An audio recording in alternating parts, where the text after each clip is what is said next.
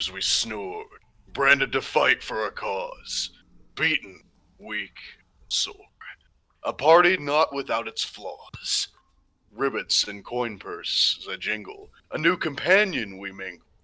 Gurdis makes another beast friend, the stewer cinch will it ever end? Hawker beckons the party with a quest, Loxim unimpressed with our amphibian guest. Surely he merely jests, that little fellow loves to pest, and not show up. Finally we go, and adventure begins once more. Ugh, why are we at Odvac's store?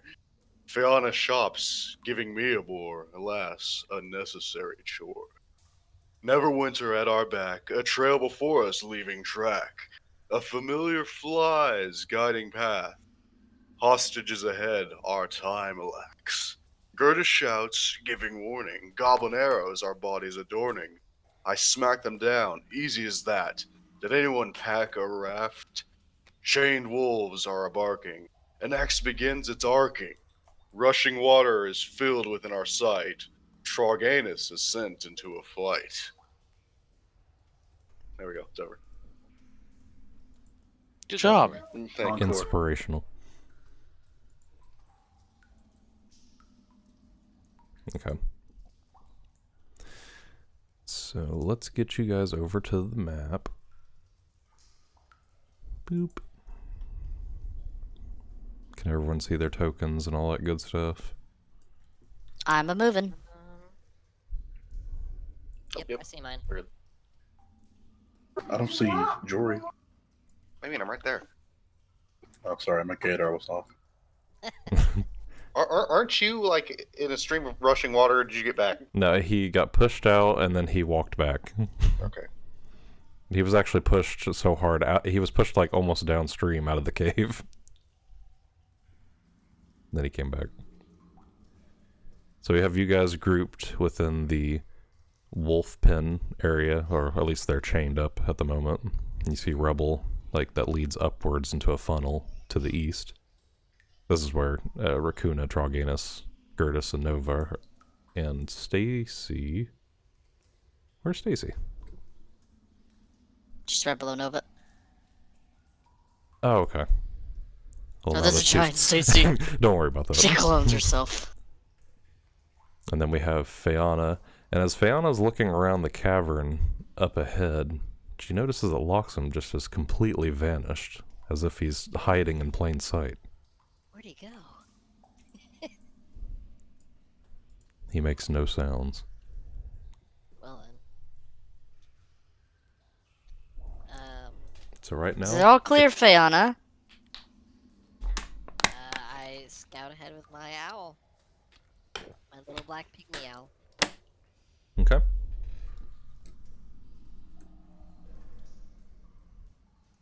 I actually have I didn't know if you saw the token, but I have an owl familiar token. I seen that. So you can, Thank you.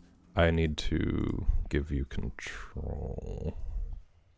And it is up to 100 feet. That was the agreed upon distance, right? Yeah, As per the spell. yeah. Okay. So let me edit that token real quick. You know, it's not too late to back down, Trog, if you're having cold feet. If you're not used to the adventurer's way. I've been in worse. I'll protect you. Oh. Okay, now try it. You should be able to move the owl familiar. Okay. Click with Alt. So yep, it's gonna fly up on these set of stairs and then find a little tiny perch just to kind of observe the room. And from what your owl can see right now is 4 ready goblins, just basic goblins wielding miscellaneous. 2 have bows and 2 have these kind of dull looking short sworded blades. It looks like they kind of crafted them themselves. They're of really poor quality. And they're actually awaiting ready, looking down that path like they know something's coming. Okay. If my owl looks around the room, does it see any other entrances or exits to the room?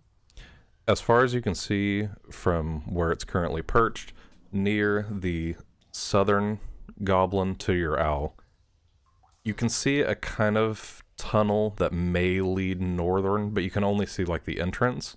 And at the back of the room, you see these stone column steps that just kind of lead to an elevation into a platform that looks like it goes into another room, but you can't really see any farther than that.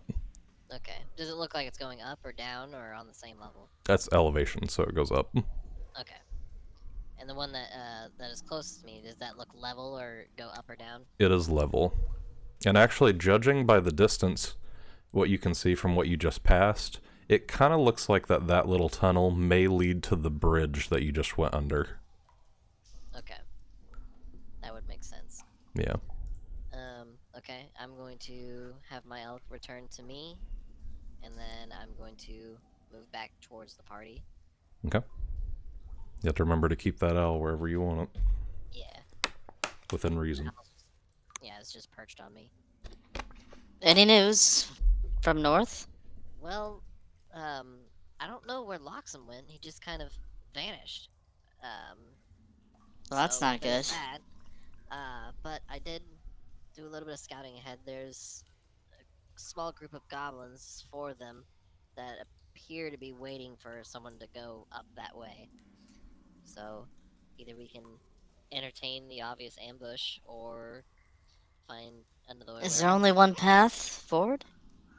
There is another path that branches off of this that I haven't gone down yet,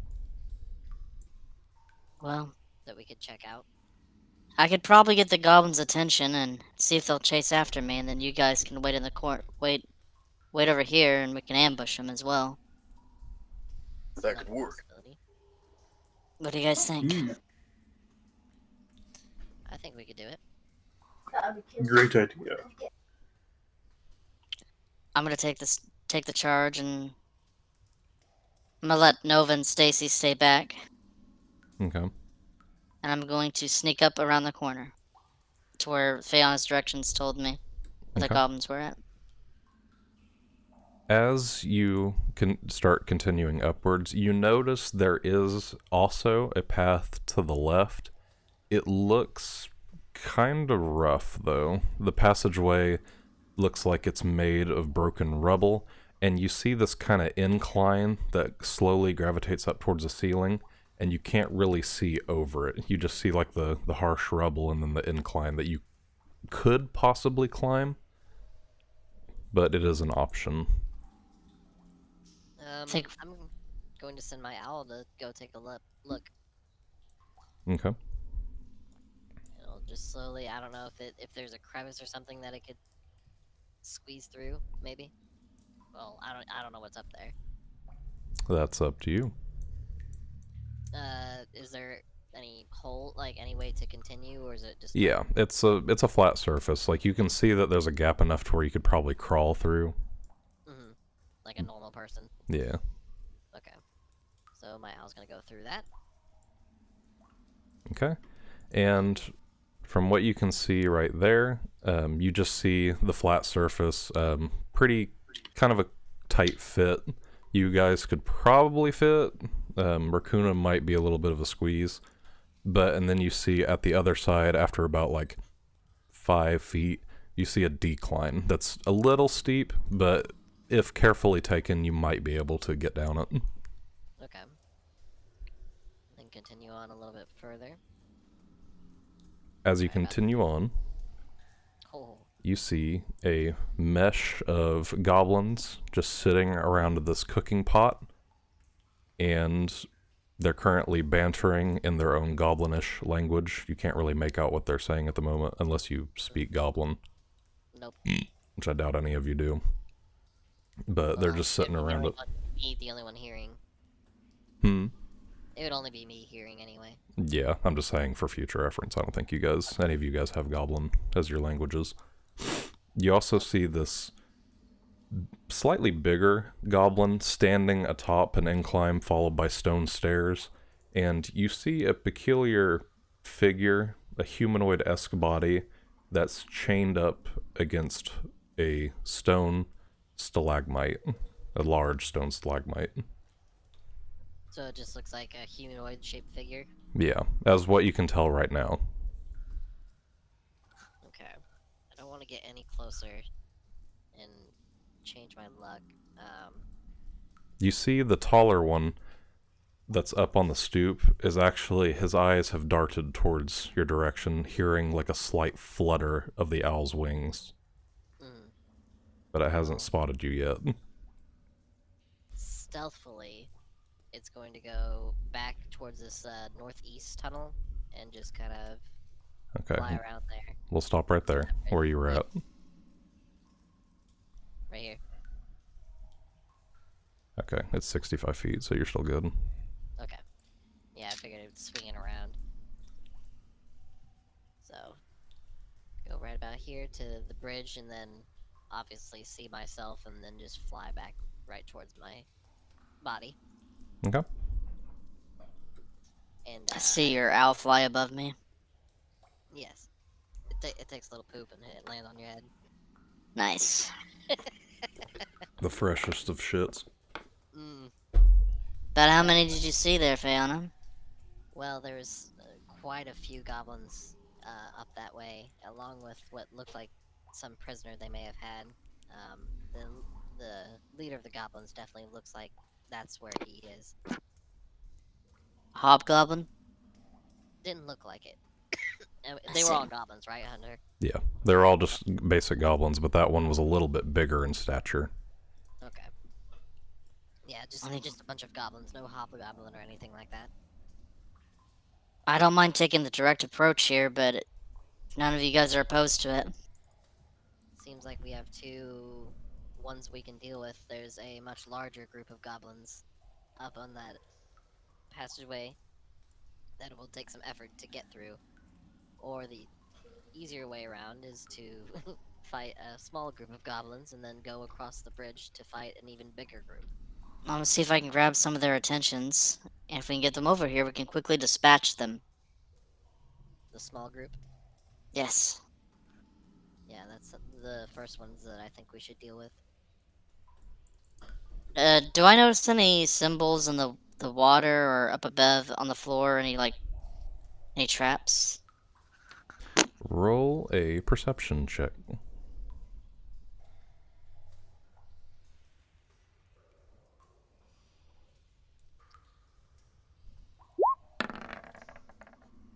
Natural 1. Ooh, no. Nothing.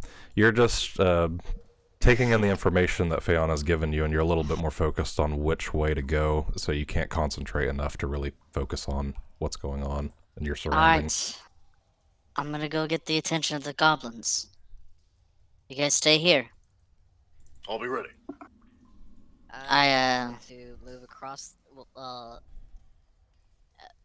This river, is it like a big river, or is it like a slow-moving creek, or how is it again? Is just a shallow pool of water. It's slightly risen now because of the wave that happened in the previous session, but it's not a raging rapid like before. Like, it was just like a burst of water that was let loose through the cavern, and now it's settled. Okay. It's hell. Yeah, I'm gonna move over there on that little corner and just kind of wait for the ambush, essentially. Okay. Alright, I'm going to walk up to the corner. That's actually, that part that you're walking up right now is actually inclined high enough to where you can't climb it. It's perched up that attaches to a bridge overhead, so you're actually walking under the bridge. There's no way to get to the western cavern that he was searching through from that area. There's only one entrance. That's where Fayanna is right now, if you're going to the west. Oh, I can't go through right here? No, because that's overhanging. That's not, like, attached to the ground. Oh, okay. I go Yeah. under it. I see. Yeah. Keep going under it.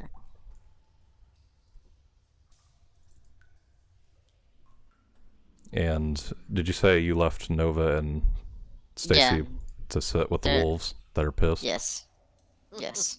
Okay. I thought they were scared after I killed one of them. Yeah, that's right, actually. Yeah, you intimidated. intimidated them. Raakuna and Troganis, what are you doing right now? Well, Just Troganis, what should vibing. we do? Troganis is just vibing near Fayanna. And Raakuna, what are you doing? I'm standing behind Troganis, waiting. Okay. Can I stealth? You can, yeah. Roll stealth check. Yeah, I'm gonna be stealthy as well. I kind of go back and back to my party, and I wave to them to follow. You see Gurdis come back around the corner, and she kind of silently motions to you guys as if to come forward. It's kind of dark in this cave. Who doesn't have dark vision? I technically do not have dark vision. Okay, so Fayanna can't really see what's going on right now because she's not looking through her owl, so she can't see you wave. Pretty sure Troganis does. I don't have dark vision. I can't see her. I know you don't. I'm pretty sure Troganis does, though. I think he has night vision. If I look through my owl and That's I my can stealth. have dark vision essentially by having it perched on my shoulder and just look through my owl and walk that way. You could. That's a little meta, though. I mean, there's nothing saying you can't do it. I know, but you know to use it because you know someone's doing something in the dark outside, so it doesn't really. It's kind of iffy. Well, I mean, you could do it though. Well, I mean, just to make things easy, if I don't see them follow me, I'm just gonna go back to them real quick and. You see Troganis give a thumbs up, but you see Fayanna and Raakuna just looking around. No, I see what you're saying, but because I wouldn't be able to see Gurdis at all. Yeah, so there's no reason to look through. Okay, yeah, you got a point there. But being that it's dark, I probably would be looking through my owl so I could actually see. You didn't say that, though. I know, but we'll do that. Say that for now. All right. I am. I'm gonna keep sneaking around the edges of the cave. Okay.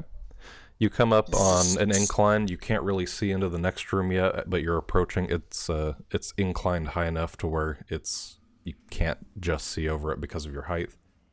But you notice that it leads to a room. Can I throw a rock into the room? If you wish. I'm gonna pick up a rock and throw it into the room. Okay. And as you hear, you just barely, you don't chuck it hard or even soft, you just throw it. Just into the room. You hear it echo into the cavern, and you just hear the off echo just keeps continuing. And as of right now, you hear very, very slight shuffling, but you really nothing Up ahead. It's hard to tell because it echoes throughout the cave. You also have the light stream of the water rushing near you too, so that's also kind of covering up tones.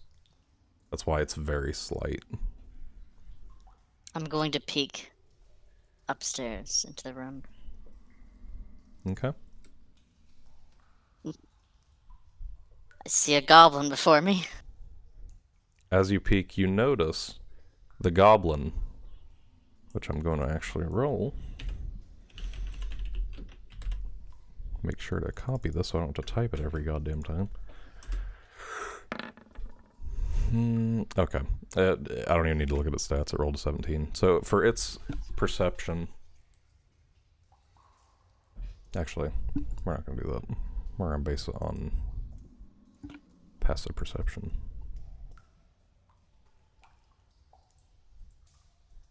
Okay. So, as you peek at your head over, you're trying to just kind of glance into the next room. You do notice a couple of goblins. The one closest to you that's standing at the mouth of this entrance that would lead to kind of the northwest looks your direction and immediately starts screeching loudly. And as that happens, they start trying to chase you. You see one come immediately to its aid. I'm gonna give chase and run down the hall. Okay. If there's no initiative, I'm just gonna go and start running. Roll an athletics check. Because you're being chased right now. By Goblino. 20. Nice. Okay. With a 20, you make it about, let's say, to the underpass of the bridge at that distance. And the goblins are slowly giving chase. The little stubby legs aren't helping them in this moment. And as you can see, Troganis looks over to the entrance of that portion of the cave, and you see a female dwarf, presumably your companion, start just running towards you guys. And as you do, you see a horde of goblins just running, funneled down along the stone path as well. They're turning the corner a little ways behind Gurdis, but is coming your guys' direction. The first goblin I see, I'm just gonna launch an Eldritch Blast right at him. You don't see him. I said, first one I see. Okay. Troganis is the only one right now that can see him. But when I do, I will. I'm gonna tell my party members they're coming. I'm gonna whistle for. I'm gonna whistle for Stacy. Okay. Whistling echoes throughout the cave. And shortly you hear splashing in the background, and then Raakuna doesn't even know what's coming, and just What the hell's immediately gets... happening? Stacy bumps into Raakuna, knocking him into the puddle, Ah! and just flies past and comes right up to Gurdis' aid. But you notice Nova's not with Stacy at the moment.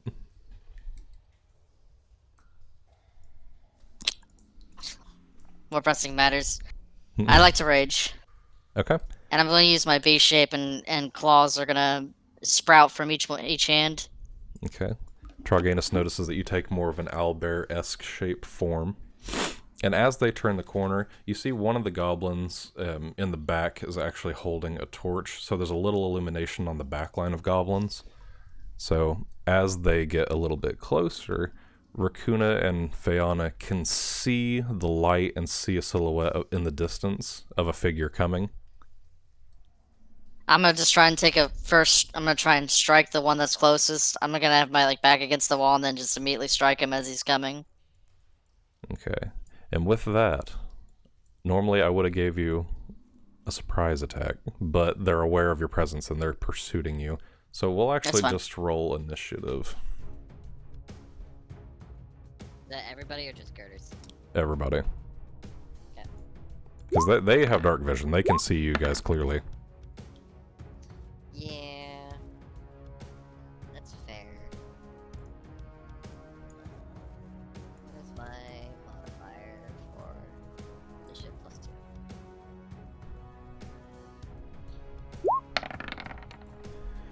+2? That's bad. Damn, Eli. So Eli got a 23. And then Raakuna got a 16. Gurdis 13? What was that? What was your roll? 13. Okay.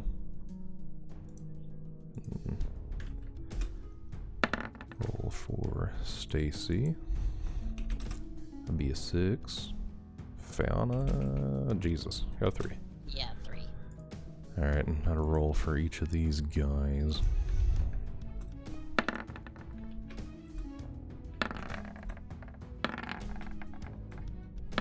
Chucking dice left and right.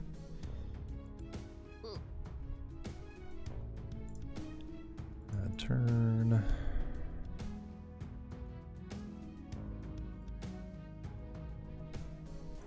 Alright. Yeah, this takes a second to set up.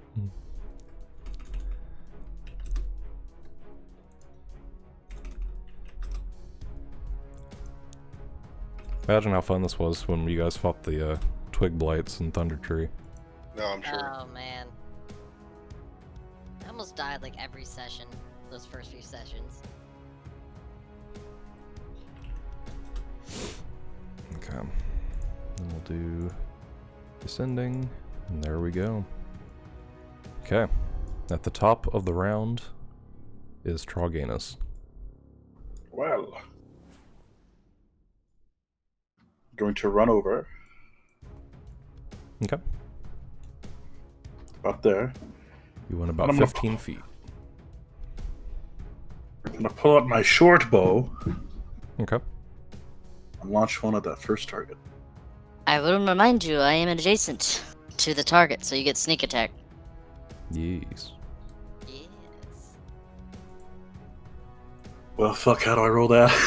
It's extra 1d6, I believe, of damage. Okay. I'm gonna look it up just to be Pretty sure. But just to make sure.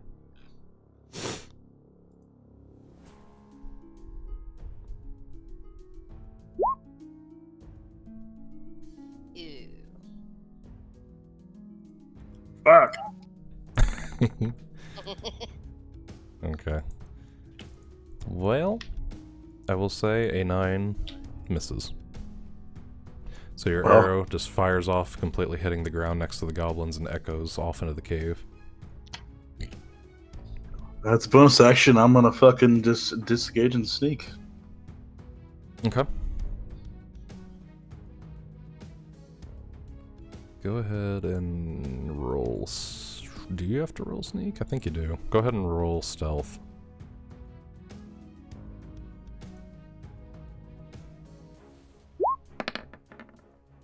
Okay. No problem at all. You slink back into the shadows.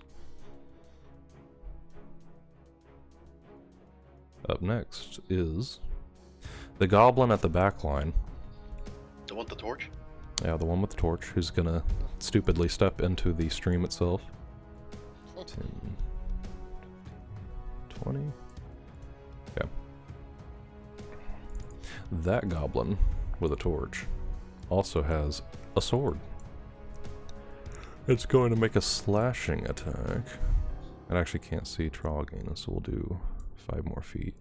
It's going to slash at the big owlbear.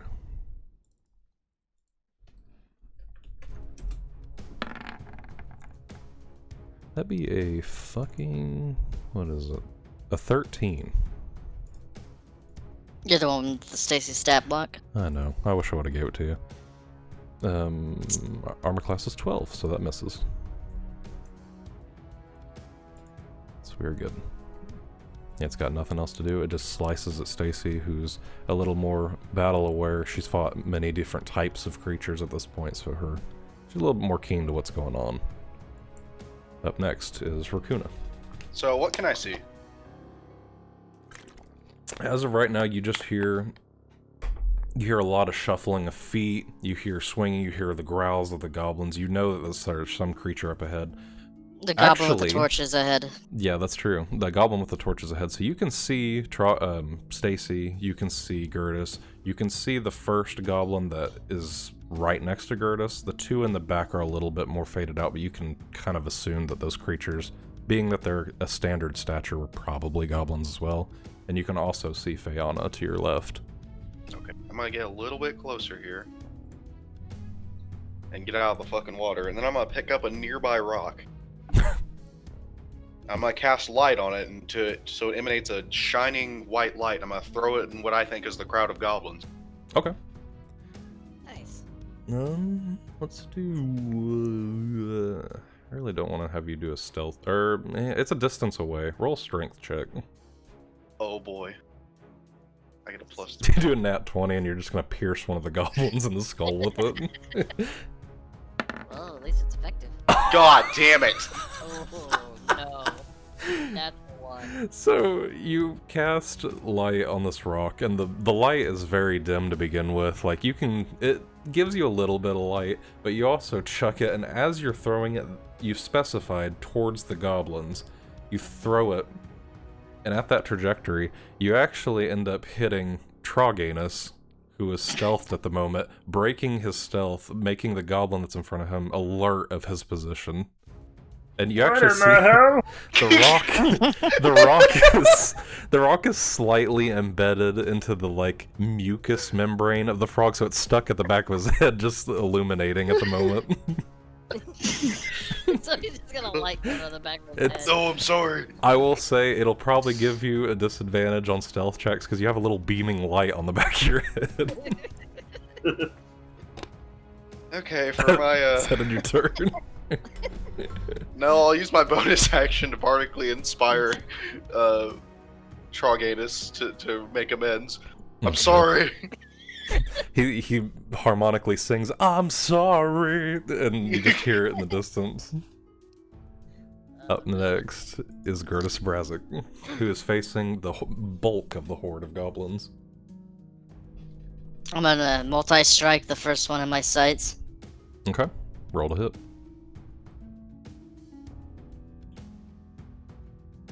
So I need to put Why this is on it my you that list. always rolls the nat ones? Or I don't know. does I keep something... fucking up. Oh my god.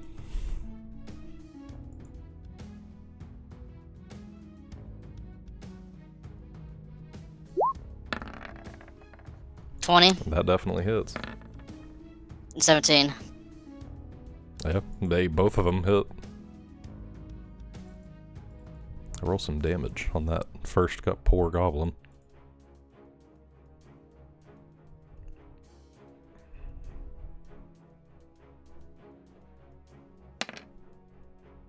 Six. And 7. And that was your claws slashing attack? Multi-strike. Okay. 13 points of slashing damage. So as the group of goblins are running towards you, you just see this giant dwarvish humanoid owlbear amalgamation. Just two quick slashes at the goblin, completely just ripping the head off the shoulders of it and tearing one of the legs off of the poor, thinly built goblin. Just rips in front of the other two, and the other two just don't even take knowledge of the dead goblin, just start running past the body. Weak. So My that one turn. is dead. I'm actually gonna shrink his body a little bit, get him out of here. There we go. Up next is the goblin right behind the one that just got eviscerated. And in seeing so, the goblin, after taking a step over the body, comes up and also has a scimitar, runs up and will take a slashing attack on Gurdis.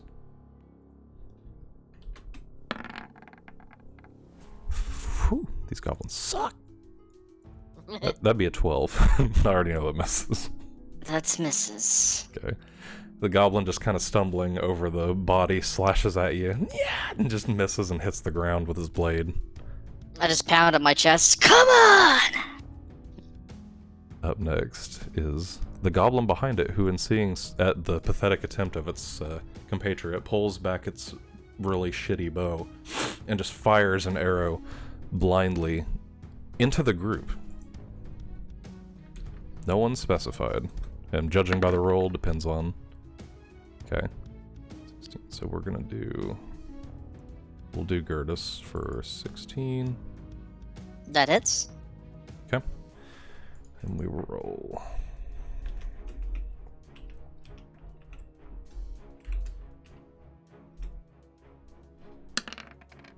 Six damage. Halved. Halved. So yes, 3.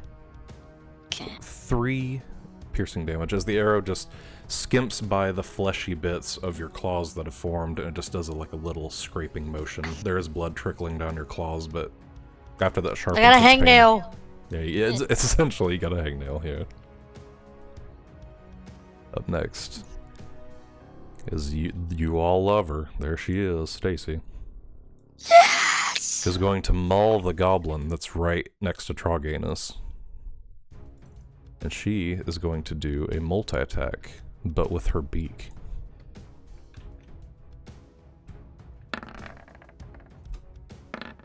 That's 2 17s. Nice.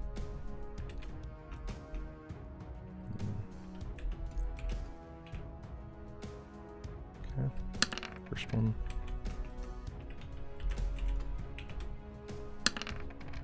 Eight points total, as Stacy runs over to the goblin, addressing Troganis.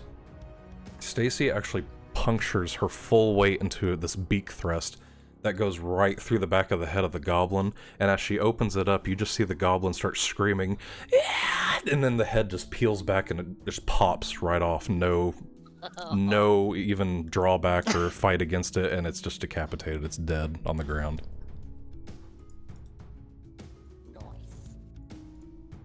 Troganis is now a blend of green and red as the blood just splattered all over his face.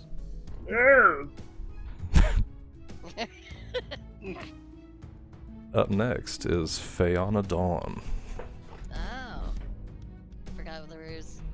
Turn on. So 2 of the goblins are dead, there's 2 more alive, right? Yep. I accidentally marked Troganis as being dead. Sorry, Can I Troganis. see that There you the go. closest goblin to me from where I'm at? Yes, you can. You can see the close one. The one in the back lines is a little bit out of the range, and the light source. Because as that goblin actually fell, the torch entered the water, so it's out. So really the only illumination that's happening right now is the glowing stone that Raakuna befriended Troganis. So, Okay. Well, as long as I can see that one, I'm going to fire off an Eldritch Blast okay. and roll here. D20 plus 5. That's a 23 to hit. Definitely hits. Alright. And damage. Plus, what's the modifier for it? Plus 3. Shaboom! That's 9 points of force damage. Okay. Within the dark, all of a sudden, you see a more stern-looking Fayanna as this... I think we established the color of your natural. Is it like a greenish hue? I'm pretty sure is what we said. When you're not imbued with the other stuff. I don't know if For we the ever... more natural patron, you said? Yeah, for your regular patron. I think it was a greenish hue. But you charge this... You see the greenish light just start embedding around the cavern, and it just fires. You see it just shift down into the funnel of the cavern, and it hits the goblin directly in the face, just with a poof, just like melts the features off of his face, just peeling back the flesh. And as Gurdis takes note, you Ew. actually see like bone and see the eye melting and whatnot, and the goblin just screeches one last screech before it dies. Remind me not to get on her bad side. You guys are melting these things. Yes. What's happening? What's happening? Is Troganis okay? Speak of the devil, do you have another go? I'll probably just stay where I'm at, and I can do anything with my bonus action, so Okay. that's it. Then up next is the frog himself, Troganis. My fucking neck hurts. In your peripherals, you just see this little, like, white light that's not really, like, intrusive, but enough to where it's a little annoying. I'm gonna move up right here. Okay. Shoot him with my short bow. Alright. Roll to hit.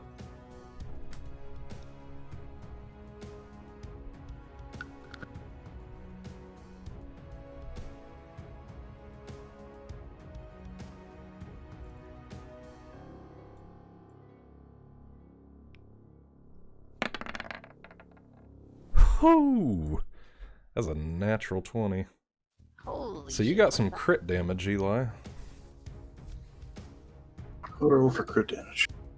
You just add another dice to the dice roll. So if it's just like, Roll dice. if it's 1d6, then you do 2d6. Yep.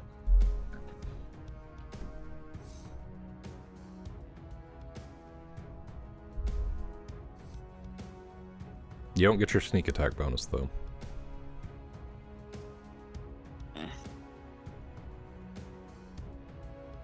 Yeah, okay. I think you forgot. Yeah, that's not right. I think you need to add a slash roll. It's... You have to put the 2d with the 6 plus 3. Yeah, like that. Like that. There you go. So 12. Okay. Troganis, glowing with the hue of an angelic figure, pulls back his short bow and quickly just lets off an arrow in an instant, whizzes towards through the air. As it pierces the goblin straight in the chest, it just grips at the arrow shaft and just starts screaming, and it just slowly, the life leaves its eyes as it slumps to the floor. Damn, nice shot. Massacred those goblins. And as of right Well, now, there's dead goblin corpses around you guys. Some Trog- eviscerated and some are just pierced. Trog, loot the bodies. I don't see Nova anywhere. I'm gonna go see where he's at. Oh, okay. I'm gonna go, and let Stacy follow me, and I'm gonna go back to see where Nova's at. As you pass Raakuna, you just see that you catch a quick glimpse of Raakuna, and he seems a little down at the moment. What is happening? Just some goblins. They're down though, and my Oh. claw. You see my claws unsheathed, and they've returned to my normal dwarven hands. I'm never gonna get used to that. Me neither. I keep dashing past, and is Nova sitting there? Nova is actually, you see one of the wolves that's actually perked up a little bit. Nova appears to be sitting, and they're just kind of growling and barking at each other. I said, Nova, calm down. And she Come here. turns and looks towards you and just starts immediately bolting as she looks back at that wolf, but then continues onward following you. Come on, Nova, let's go. Can I get this rock out of my neck? You, I can move sorry. Nova now, so. okay. You might need some help with that. I'm gonna move back towards where the party is, and I'm also going to send my owl up here near the top of the bridge and just kind of keep an eye out for anything coming that way. Okay. Troganis, you reach back and you feel for an object that's not a part of your normal stature skull formation, and you pull out a little barely glowing rock that you're now holding. I'm gonna throw this thing as far as I can. Which direction? Forward. Okay, so Troganis just goes and throws it to the northeast down. It splashes into the water itself, and you can see like a little tiny bit of the water is now like glowing. Yeah, my bad. Well, that was pretty smooth work there, fellas. Yeah, we made quick work of them. I don't think we're done yet, though. No, I we still gotta got, rescue those hostages. There's a much larger group ahead of us. We need to loot these goblins. Oh, of course, loot the goblins. Okay, roll investigation, Troganis. Okay. Is anybody helping him? I'll help. Okay, so you'll have advantage, Troganis.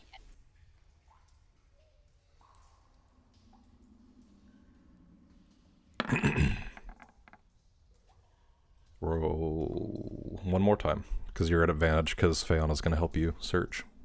Do you not have a modifier for it? You should. You don't? Is I have a modifier for it. I would check again, just to make sure.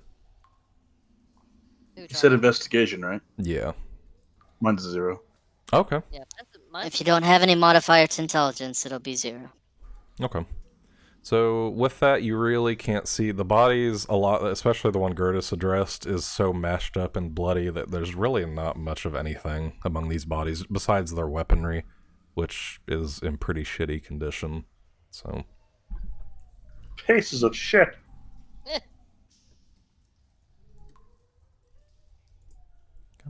I believe all the riches are at the end of the cavern, not at the beginning.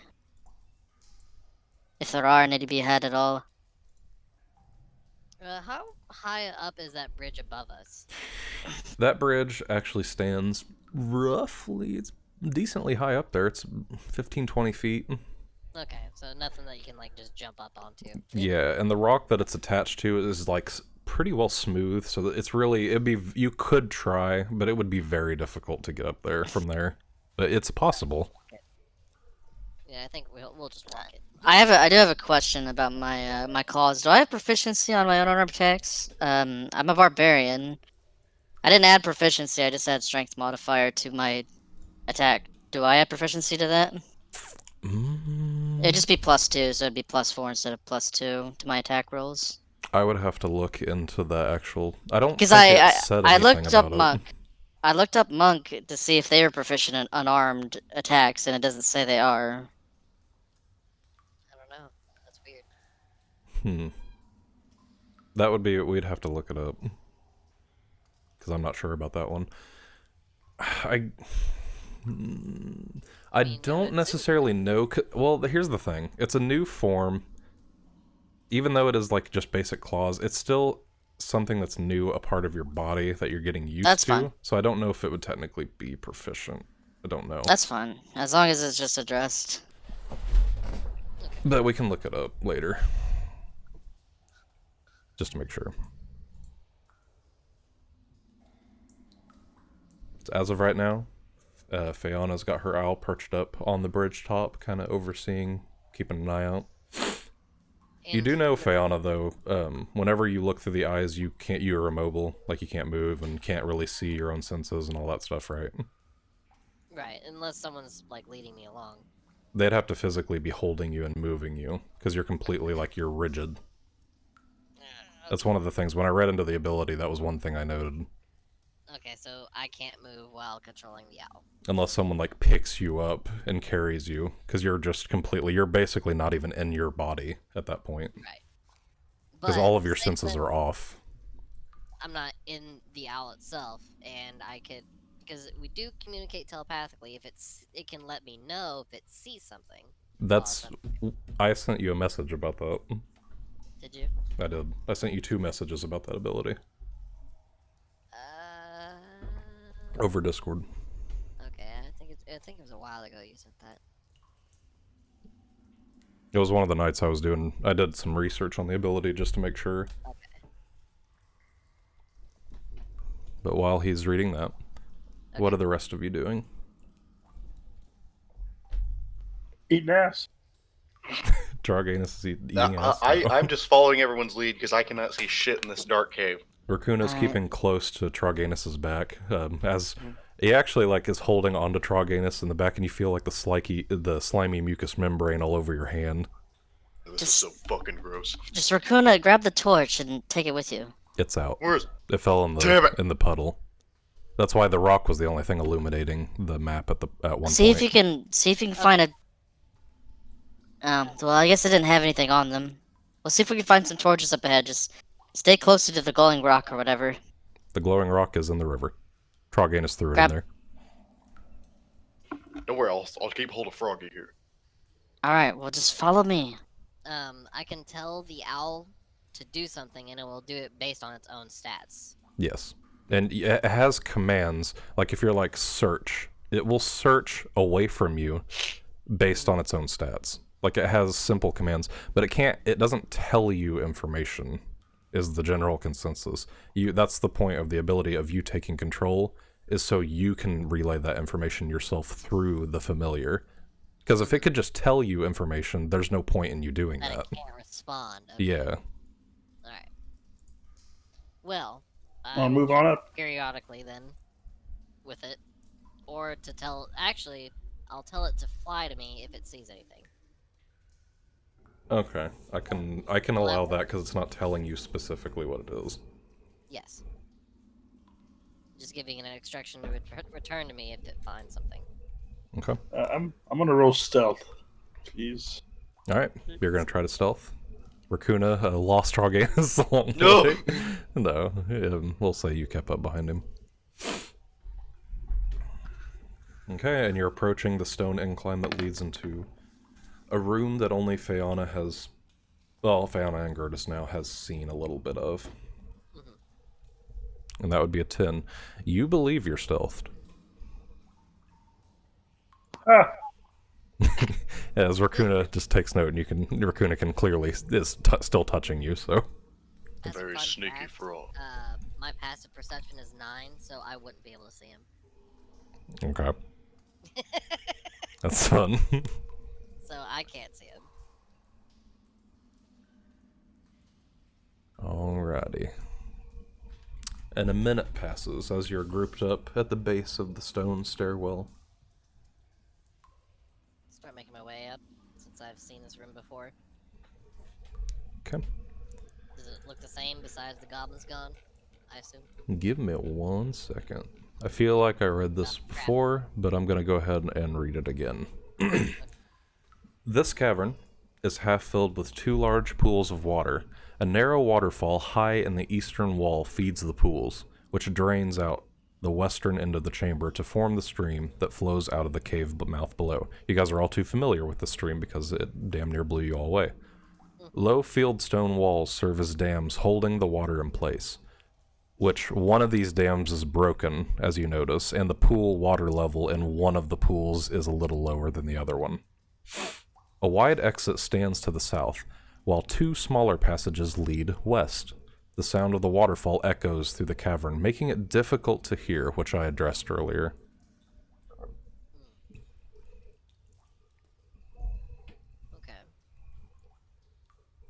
Let's go, guys.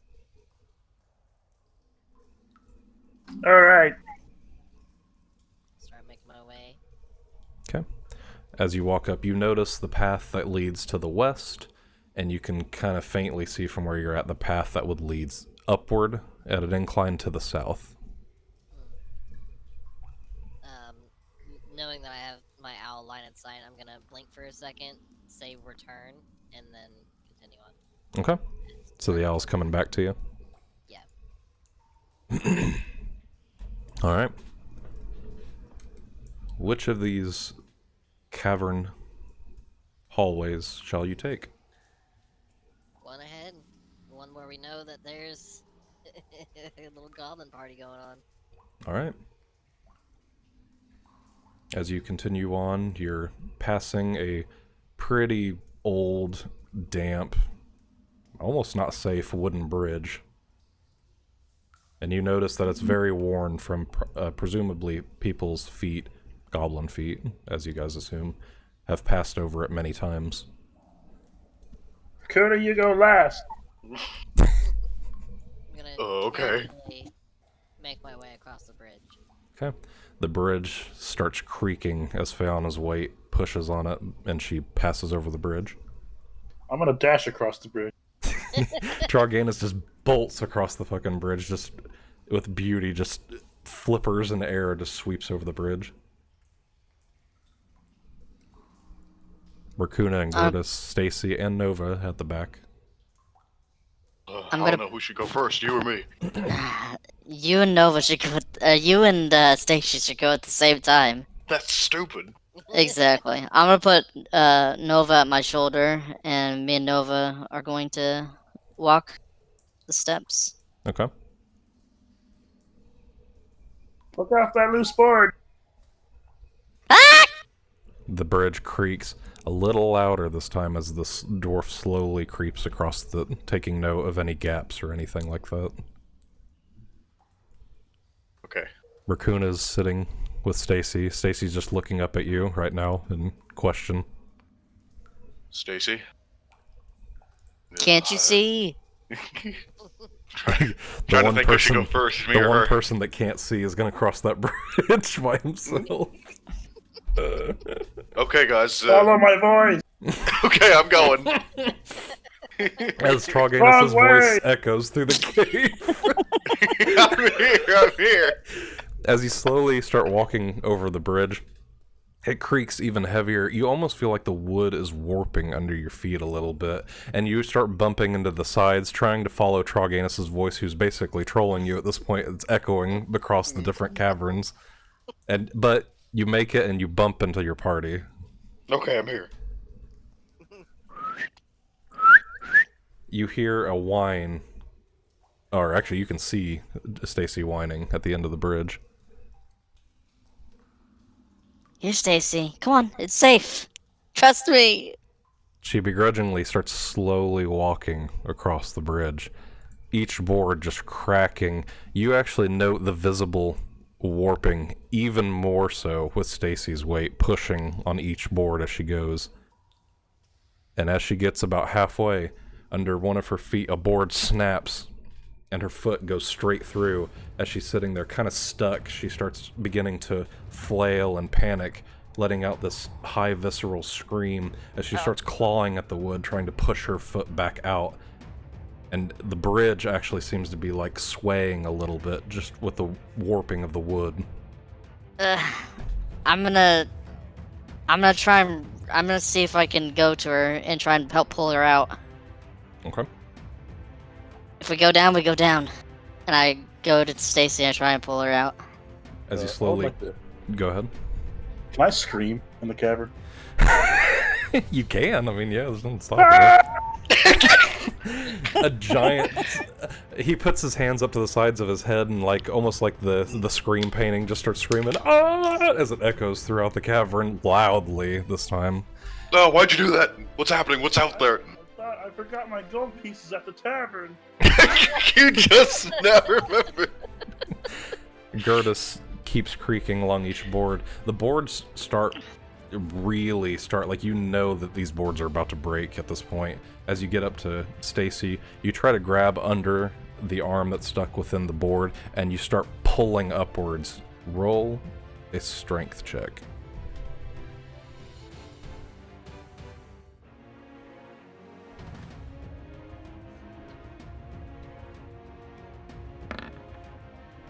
Oh. 3. The natural one.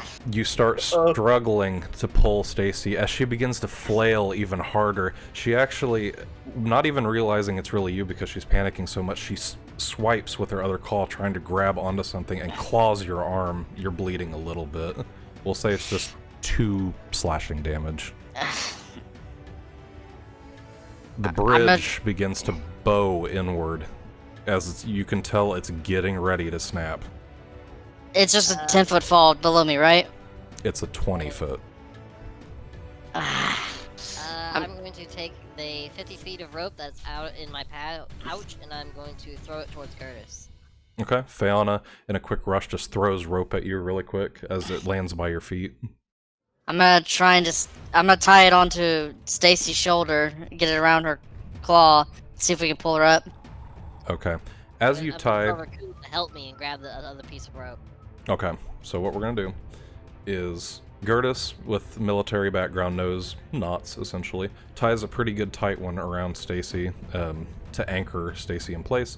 Fayanna, at the back lines, you see Gurdis throw you the rest of the rope as you take hold and kind of wrap it around your arm to serve as an anchor point, and Gurdis takes close to the base of the rope, and you both begin to pull as hard as you can. Gurdis, roll strength check with advantage.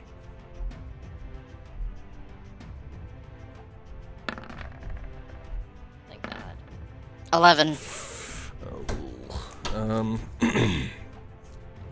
Shite.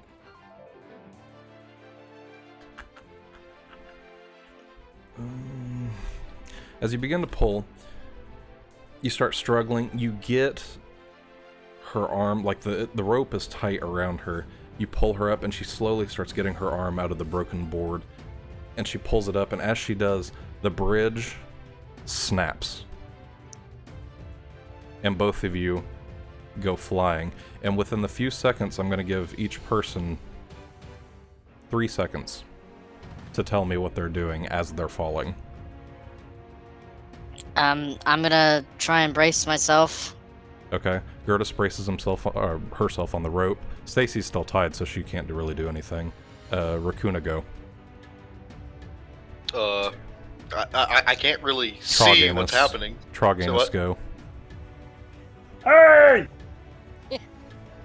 Troganis yells. Fayanna, you're already kind of doing something. Okay, so at last, before the bridge broke, I was holding onto the rope, which is currently attached to Stacy. Gurdis is falling. It pains me to say, but I let go of the rope. Foo. I will just take me down with him. Yeah.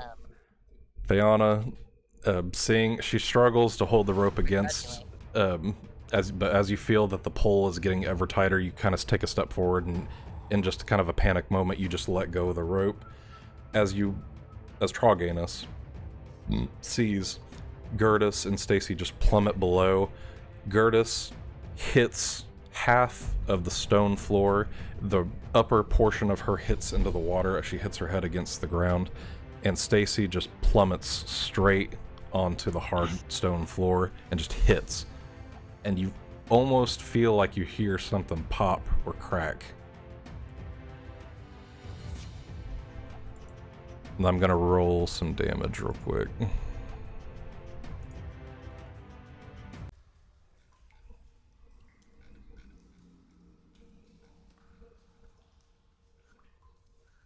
Okay.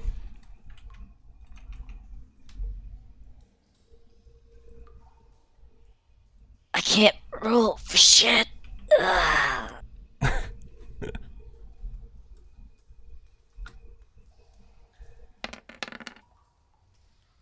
Okay, so Gurdis took 11 points of bludgeoning damage. Damn it. And Stacy took 13. Ouch. So she's at 12 HP right now. And you're at 23? I already added it. Okay. Stacy, are you alright? As you notice, she's laying there. Her right paw, the one that she landed on, the bone is actually protruding out of the skin a little bit. Oh no.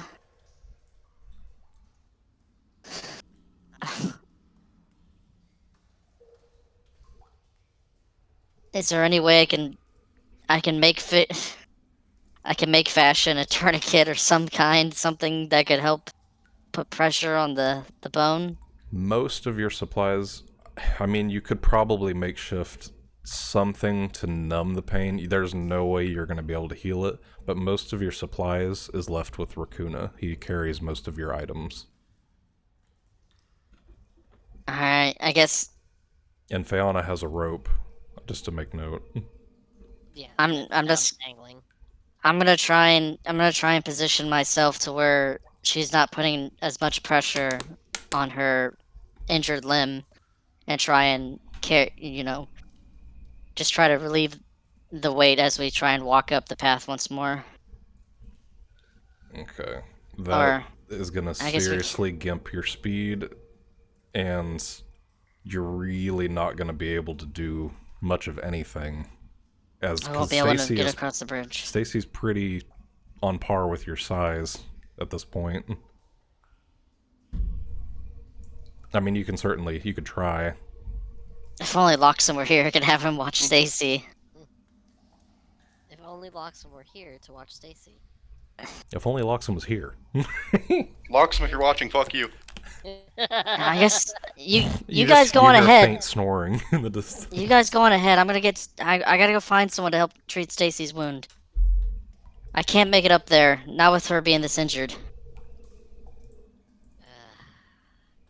Just leave me behind. You guys will be fine. You'll already be down 2 party members for the biggest fight of this place. I just can't leave Stacy here. I could climb the rope, but I just can't leave her here. I'll leave my owl with her and keep watch and let us know if anything goes on. It's up to you guys. Save the hostages. If you absolutely need me, I can leave Stacy, but I don't want to leave her on a whim. I'll leave my owl. You're right, to that watch would just be over her cruel. behind. She needs me here. And these goblins won't be very far behind us. Just be quick. I need to treat her wounds. I need to get her out of here. And I don't want to leave you guys to your deaths. So come back for me if you need me. I'll climb the rope. Just leave the rope and tie it to something strong to where I can climb it. I look for a nearby stalagmite to tie the rope around, or something to tie the rope There around. are. They're not like... There's not big ones like the one you saw that the humanoid was attached to, but there's decently sized stalagmites and stalactites around you. Whichever one's more convenient. Stalagmite would make more sense. It'd slip off a stalactite. Oh yeah, I can't remember which one's up or down. Just remember, stalactites hold tightly to the ceiling. And take care of Nova for fuck's sake. Yeah, Nova's up there. Well, I scratched the should we dog all go? and- This sad music is sad. Yeah, I mean that music was pretty spot on with what just happened. But Just go. Take care of it. I believe in you guys. Fayanna ties a rope around a nearby stalagmite and just kind of pulls it taut and leaves it hanging over the overpass of the broken bridge. I just whisper into Stacy's ear that it'll be alright, and I hold on to her wound, trying to ease the pain. As you did you say you pushed on the wound? I'm holding on to it, like trying to pressure. put pressure onto it. I don't. Okay. As you push onto the broken bone, she starts tensing up and she starts screaming and wailing, like, not loud. I guess wailing would be a poor term, but kind of whimpering to herself.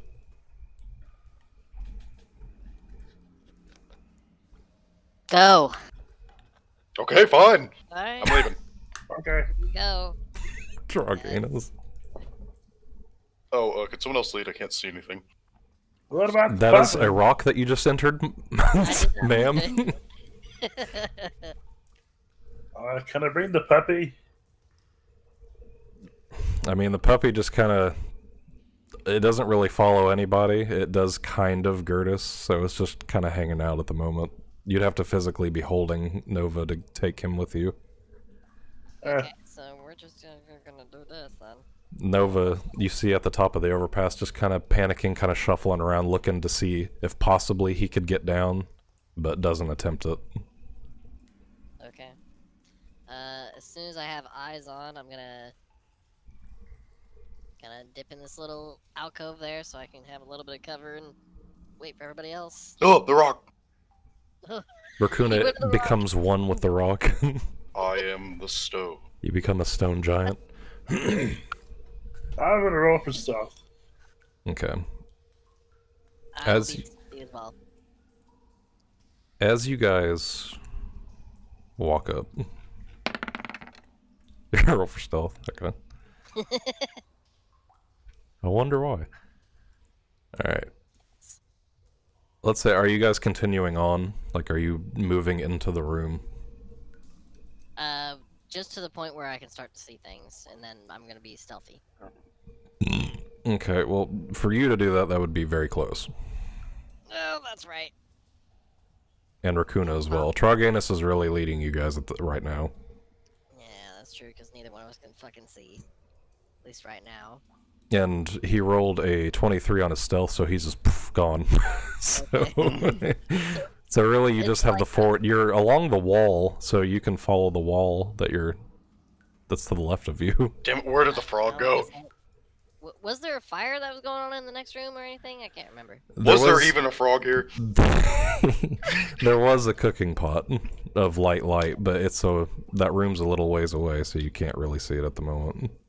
Okay, well, I'm going to stealthily just follow along the wall and just until I can see something of what the room I saw before. You gotta move closer. Moving closer. Okay, Troganis can see the entire fucking room. But still, you guys don't know where he's at. Raccoon's just lost in the darkness in the back. I'm just gonna follow the wall. Hope to God I can. As you approach, Raakuna and Fayanna can faintly see what appears to be a black, really ruddy cauldron with a fire going, and you can see only like 2 or 3 goblins sitting around it at the moment. Troganis can see a lot more where he's at. Where's that fucking frog?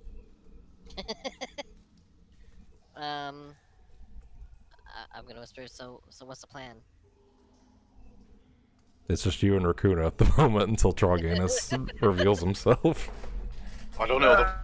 The Gurdis is down there. I don't know what to do. As you guys are discussing what to do next, as you note the few goblins, back to Gurdis and Stacy. The bleeding, you note from the wound, it's still oozing. It's not like rushing, she's not hemorrhaging or anything like that, but you do see a pretty decent amount of blood rushing down her arm as you keep trying to put pressure on it over and over again. The blood is like pumping out, probably as time goes on. She needs a more permanent solution to the bleeding. No. Here's my dagger. You're not even there. Are you guys, Yeah, are you guys still watching me? No, they're not. Oh, what's happening? I missed that last part. He said, "Here's my dagger." Yeah, but what'd you say about Stacy's permanent solution and all that? You need if she keeps going the way she's going, there's probably not going to be much you can do. So something needs to be done. What that something is up to you. But So, what in the fuck is that in the corner over there? I just noted that she's bleeding. Essentially, she's continuously bleeding, even though you're putting pressure on it. I'm just gonna I'm gonna rip up some cloth of my clothes, and I'm gonna try and tie it to where the bleeding's happening and put a stop to it. Okay, just cloth? Uh, I don't think I have anything else. I have dragon webbing. I don't think that'll work. We sold that, didn't we? No, we Yeah, sold the scales. Yeah, you sold 10 scales to the old man, didn't you? The fisherman guy. Does the dragon webbing seem sturdy? Well, here's the thing. The dragon webbing is strong enough to lift a creature of monumental size, but you need a good, sharp weapon to cut through, and you have to be able to fashion it into an appropriate tourniquet. So you'd have to do a couple of survival checks for that. I'm gonna see if I can do that. Okay, roll the first one to not damage the webbing when you're trying to cut it into strips necessary to make a tourniquet. 18. 18. You quickly, nervously start cutting strips off one by one, making as tight and taut as a tourniquet as you possibly can, and then roll another one to apply it without causing severe damage to Stacy. We're also... 7. 7. Roll a medicine check real quick. 20. 20. Whoa. Okay, so you do the strips, perfect looking strips. With the medicine check, you pat Stacy on the back of the neck and tell her to hold on real quick. You actually reset the bone. As blunt and as gruesome as it is, you're able to fixate and pop the bone back into place. Obviously, it's not going to do much, but setting it in the long run will help it. You attach the makeshift tourniquet around and you pull it as tight as you can. It slows the bleeding, but it's not strong enough and you're not equipped enough to stop it permanently, but it has severely stopped the flow.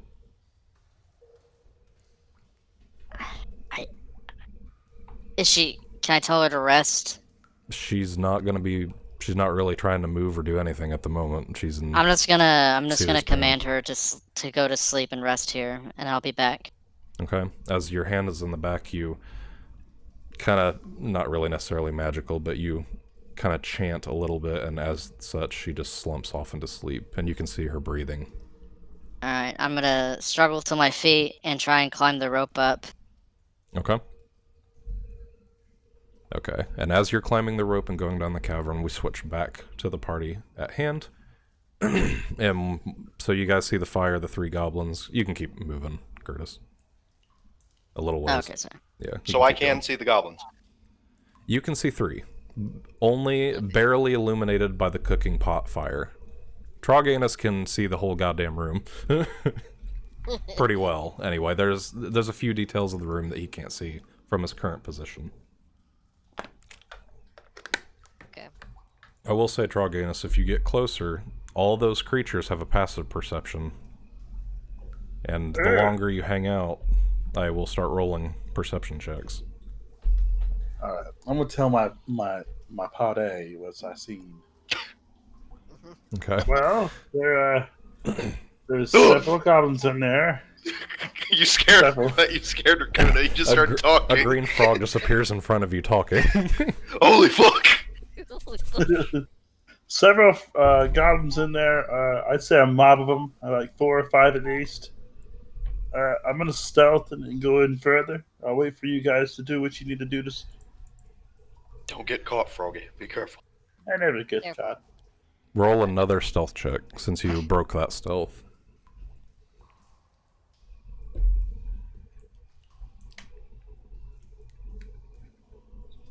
I just come up upon Raakuna. I said, Raakuna, I'm here.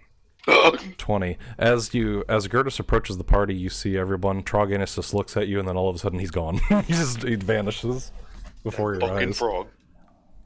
You see Gurdis walking up, slightly covered, like her hands are stained with blood. She looks a little sad at the moment, really down, worried bear? even. She's mending, I hope. I was able to stop the bleeding somewhat. Perhaps when we're done with these goblins, I'll go cast a healing spell on her. But I couldn't really see. Alright. I'm gonna go tell my owl to go watch over Stacy. and to return if anything changes. Okay. As you see, Fayanna lifts up her arm and the owl just flies down the cavern to go watch over Stacy. It's just gonna perch over and just watch over Stacy. 2 goblins are going to roll perception checks. Neither of them pass. They think they see this flash of green in the corner, but they just chalk it up to maybe some mold or algae from the damp, wet cave and look back to their cooking pot and start messing with the bits of food that's in there. But Eli is the only one that sees what I'm getting ready to read at this point. So give me one sec. This is a little long, so bear with me. It is needed. Okay, Troganis. This large cave is divided in half by a 10-foot-high escarpment. A steep natural staircase leads from the lower portion to the upper ledge. The air is hazy with the smoke of a cooking fire and pungent from the smell of poorly cured hides and unwashed goblins. The smell is offensive to the senses, and you can see that the meat that the 5 rather foul-looking goblins are currently eating looks fairly fresh and bloody. At the back of the room, standing atop the stone incline, is a slightly bigger goblin adorned with various pieces of what appear to be ears, teeth, and gold pieces. His eyes are a sharp, piercing yellow, and his face is currently contorted into a sharp tooth and twisted, sinister grin. A little further behind this goblin is a human male with blonde hair. The human is tightly chained against a large stalagmite, and you notice purple, bluish bruises are around one of his wrists, while the other hangs freely. Bits of flesh remains where his hand was apparently completely severed. His ankles are also noted to be bruised and cut up. His ribs are clearly visible and protrude outward, while his abdomen is sunken in, giving off the appearance of someone who is severely malnourished. While Troganis is scanning the room, you look over and notice at the back of the room, let's see, several creatures are chained up to pins hammered into the cave itself. Gnomes, humans, and dwarves of various ages are seen, all with vacant, lifeless eyes, slumped either against each other or against the stone foundation itself. Multiple body parts are missing from these bodies. Arms, legs, eyes. One's entire chest cavity is open, displaying damaged internal organs. Among these bodies, you fixate on one in particular. A small, strawberry blonde-haired young human girl dressed in filthy rags is sitting amongst the bodies, slumped forward, her face blank, as someone who is currently in shock. Tears can be seen streaming down her face. The girl's right arm has been completely severed off, and you can see the girl twitch over and over, while quietly producing a sound that sounds almost like hiccups from someone screaming or crying over an extended period of time. And the goblin at the top of the room addresses the goblins eating. Finish off what we got. We got a lot more in the back. Chop off what we need and cook it up nice and right.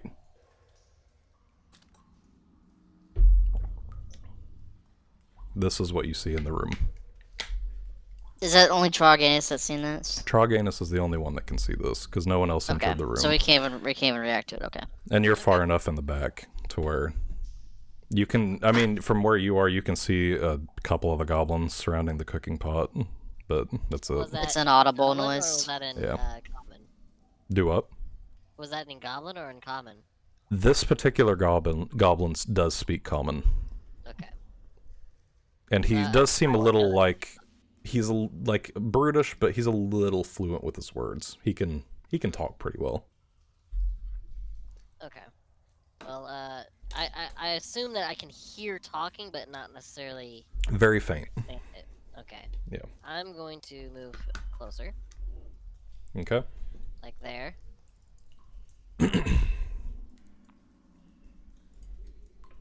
Anything? Nothing yet so far. You see the goblin sitting around the cooking pot. I look back to see if I can see my companions behind me. You can Still there? faintly see a silhouette of Raakuna. I'm Yeah, gonna approach Fayanna. Okay. Go ahead, lead. As Gurdis approaches and kind of puts her hand on Fayanna's shoulder and looks over, you can see the majority of the goblins at the base level of the stone structure, and you can faintly see the larger goblin at the top of the stairwell. Raakuna can't see much of shit in the back. I count 6 goblins. Same. Well, I mean, I can't. Well, I don't know. Is there a Same, frog in there? motherfucker. Do we have anything that could... Do we have anything... Do we have like a Molotov or some shit? What's a Molotov Molotov? cocktail? No. Don't have anything like that, do we? I'm gonna launch an Eldritch Blast at the closest goblin. Okay, roll to hit. We should just... When in doubt, go loud. Fayanna, the instigator of fighting. Can you see the goblins is what I want? They have torches and 16. everything? It will be... No, I won't do disadvantage, because if you're aiming for the ones by the cooking pot, you can see them enough to where you can roughly get their location. Yeah. But that would be a 16 to hit. I That assume. barely hits. Okay. So, as you guys are talking about what to do about this a Molotov cocktail, Fayanna just immediately, just in anger for some reason, at the goblins, fires an Eldritch Blast straight into the room, hitting a goblin closest to your group that's back's turned to you towards the fire pot.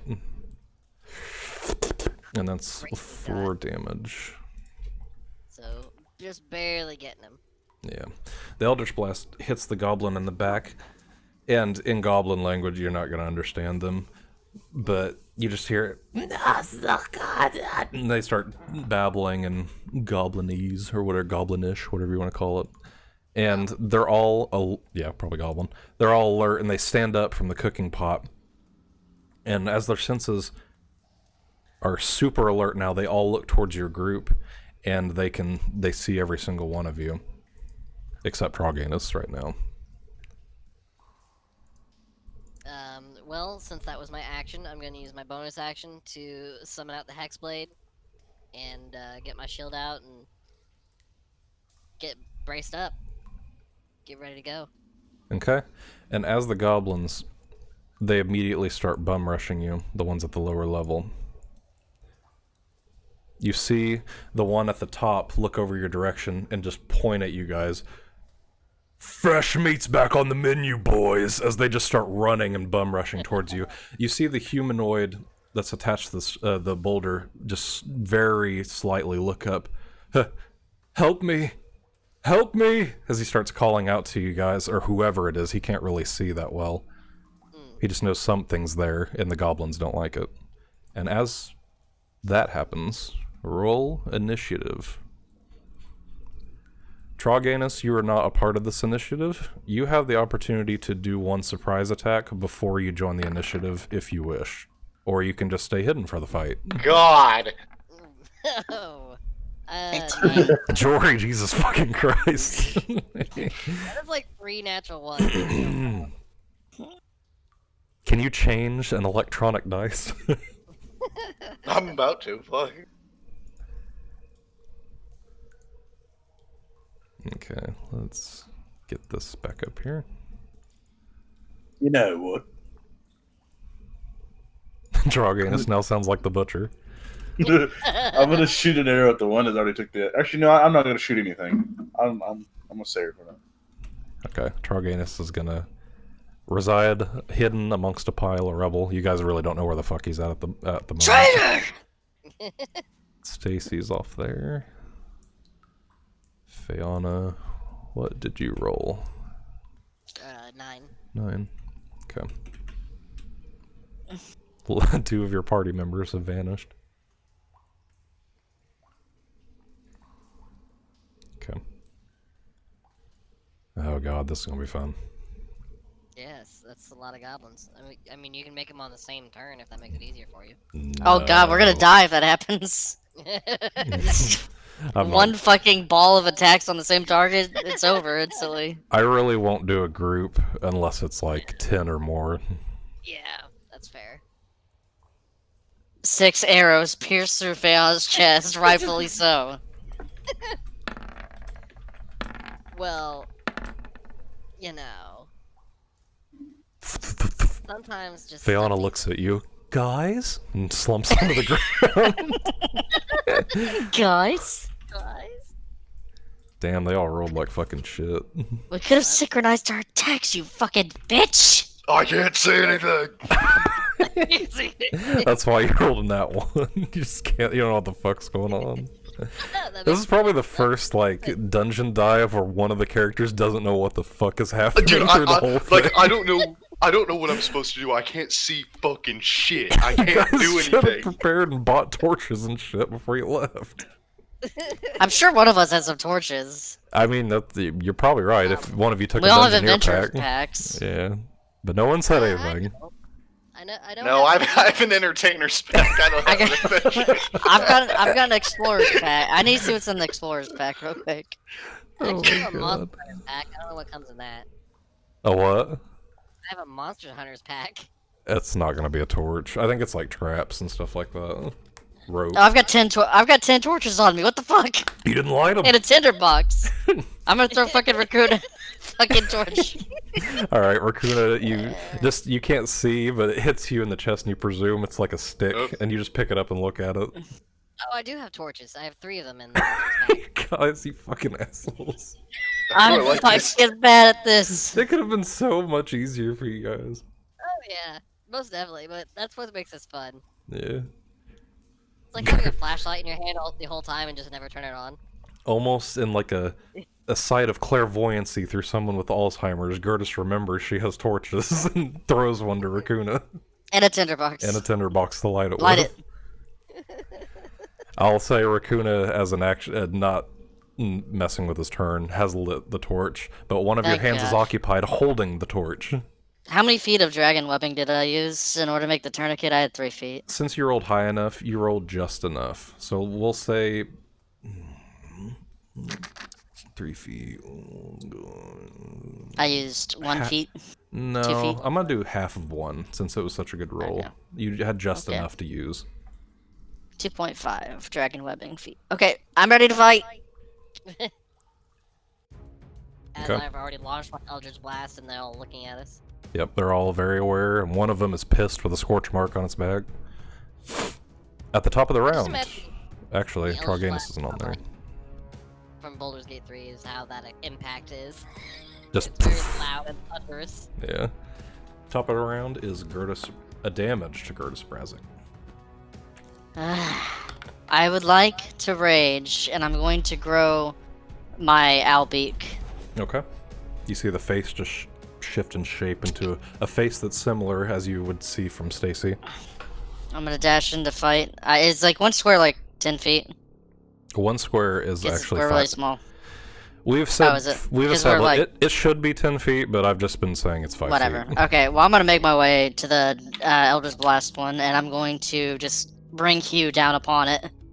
The one closest to you, there's 2 right The next to you. one, the one that got hit by the blast. Okay, that's the one right to your left. Okay. All right, roll a hit. 10. That misses. Fuck! As you cleave down, you actually miss that goblin who dodges it out of the way, cackling as it mocks you, and you hit the cooking pot, knocking over the miscellaneous, like, stew and meat fleshes. And as you notice, the meat that spews out is, like, limbs and pieces Arms. of flesh. Yeah, arms, limbs, hands, eyes. The stuff that was missing earlier.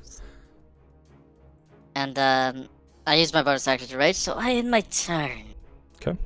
Up next is a goblin on the stairwell itself, who is a bowman, who's going to draw back the short bow and starts hissing your way, fires an arrow straight at Gurdis Brazic. Jesus Christ, these goblins. These goblins need new dice too. That would be a 10 to hit. That misses. Fires an arrow blindly, just echoing off the cave. It bounces past Fayanna into the little bitty hallway. Up next is Fayanna. Okay. For the bladed shield, does it cost a bonus action to activate and then use, or does that all count as one bonus action? It to is. that dash? Well, here's the thing. You have it on your back. I don't recall you specifying that you're using it. That would be a bonus action. I got out my blade and shield prior roll after firing the Eldritch Blast on that turn. So to speak. Okay, I didn't hear you say that, but... Yeah. But yeah, But, if, for future reference, taking out the shield obviously is an action, or a bonus action, and then activating the shield itself is also a bonus action. Okay. But say if it's activated on that turn, can I also hit with it, correct? If you haven't used an action, yes. Does It's it a cost bonus action, yes, to activate it. to hit with it? Bonus action Or to is- activate with it, action to hit with it. Oh, okay. Well, screw that. I'll just use my Hexblade. If the blade's are already out, you can use it as a bonus action. Okay. You see what I'm I saying? Like, you can use the Okay. action to use it if you've already activated it with a bonus action. Okay. Well, bonus action, I'm gonna activate it, so that way next go round I can use it. And I'm gonna run up and take a hack at that goblin that's closest to me. Okay, roll to hit. Okay. Slash D20. Raccoon is chilling with Nova. In the Good. back. It pees on his foot. 15. So I have a lit torch now. That, yeah, you do. It barely makes impact with that goblin. As you Okay. run up with the shield, the spikes are out, and you just Captain America it right into its face as the spikes jam into its jaw, going through its mouth. Oh, so that one did damage for the bladed shield then. Yeah, it's the blade shield stats, so roll damage. So that's 1d6 solid. That's 3 damage. 3. And Okay. and that was all the bonus action, or is that the action too? That the bonus action was activating, and the action was using the shield. But now that it's activated, you can attack with the shield as an action. Yeah, as a bonus action. Okay. Cool. Alright, well, that'll be it for now since I used my action to do that. Okay. Up next is a barrage of goblins. The goblin closest to Gurdis is the one that's attacking right now.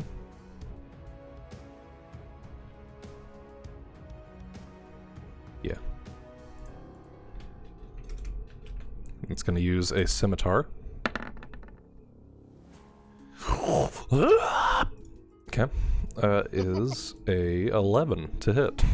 That misses. God, these goblins. There's a Alright, reason these are level 1 enemies. I just go, "Caw!" or whatever fucking owlbear sounds like. The goblin, you make a high-pitched screech as the goblin's like, looking up at you. Not being too familiar with what the hell it's looking at. Up next is the goblin on the western side of the cooking pot. So it's going to take a pot shot with its arrow, and it's actually going to attempt to hit Fayanna. That is a 23 to hit. That just barely hits. Oh, okay. Just barely. It just barely hits. At 15. And that is 8 damage total, piercing. Okay. Ah! Cuts in through the gap. Okay. My whatever, I don't know. Okay, the arrow hits your arm, doing a little bit of damage. Nothing too severe, but enough to hurt. Hurt a lot. Yes. Up next is the goblin behind the currently wounded goblin in front of Gurdis. It's also going to take a pot shot. It's going to aim for Gurdis, though. Oh, shit. That's a natural 20. So, I was due for one, Jesus Christ. Okay, so we're going to roll damage.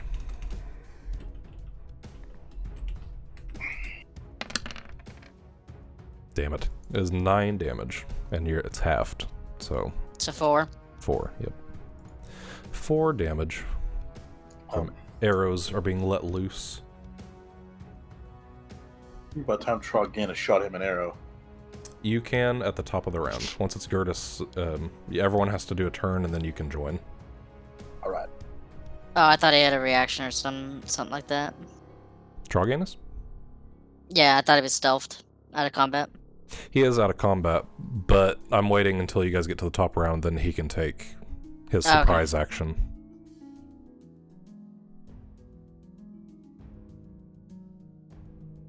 Okay, that must be the TV in the other room. I thought I heard screaming. That was weird. I was like, am I going crazy? This is you lagging. Up next is the goblin closest to Fayanna, who is also damaged, who's going to whip out that scimitar and attack her. And that is 15. 15 is my AC, and I'm going to do a Hellish Rebuke as a reaction. Okay. Now, with Hellish Go Rebuke, ahead. do you still take the damage and then it He takes does. damage? Okay, that's what I thought. Yeah, I still take the damage. I just cast Hellish Rebuke. Okay. Let me look at the. You take 7 damage, slicing. Alright, I take 7 damage, and. It must make a Dexterity saving throw. Okay. It's my spell DC. Let's see what its dex is. Okay, let's do Needs to be the 13. that. Is I rolled a 9 and it has +2, so 11. Okay, so it fails, and it'll take 2d10 fire damage. Roll That's a really good ability. That's not going to be necessary for how much damage it does. Oh, let me roll it anyway. Come on. Yeah, it's fine. I mean, you could roll 2 1s. You could. Yeah. I would probably just give up the game if that happened, but. Oh! Oh my Four god. fire damage. As just enough. As you see, this goblin runs up on Fayanna as it strikes into her abdomen, and you just see her eyes flare up. That familiar energy from before, just the orangish hue, starts enveloping her body, and it just bursts outward into the goblin. And as you just see a little silhouette of goblin ashes just hit the floor, and it's dead. So the fighting's over there. Yeah, Raakuna. The big burst of flame. That was it. So that one is done. That was worth the spell slot. Up next is the larger goblin at the top, who is going to first use a bonus action to say, "That one knows witchcraft, kill that one first!" As he orders all of his goblins to attack at Fayanna, who appears to be, from what they've seen, the stronger of the group. They really have a high renown and fear for people that use magic. Murder's blowing the fuck out. Whatever. Gonna rack out. And this goblin actually has a longbow. Oh, that's scary. But wouldn't he be firing at disadvantage at such close range, since he's 10 feet away? I mean, it's also at an incline of like 10 feet, so I'm taking that into account. That's fair. Yeah. So he'll roll to hit Fayanna.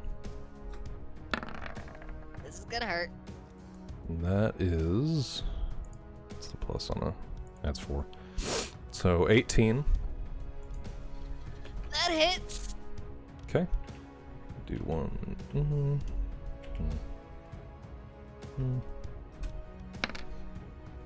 And that is 11 points of piercing damage.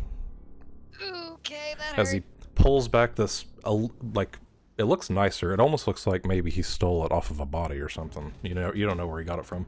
But pulls back the drawstring and just lets loose this thick wooden oak arrow that just, boom, pierces Fayanna, punctures a decent amount of flesh from her thigh and hits the ground and actually indents the concrete, the stone floor behind her. And he smirks as he looks towards your group. Up next is the one and only Raakuna. I immediately run to where I saw that orange fire. So you move up. Yeah. Now I'm up here I'm gonna give this goblin right in front of me a nice smack with my warhammer.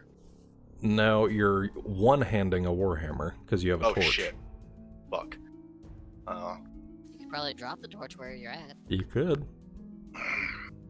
What do I want?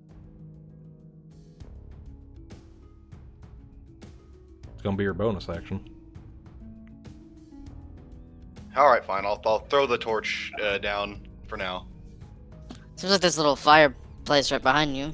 Some wood. I don't care about that. I can't see that. Okay. You have a torch right now. You can see that. Oh, I can? Yeah, why couldn't you? Okay, fine. I'll put the torch somewhere where I can still see this goblin, and I'm gonna give him a nice hit with my warhammer.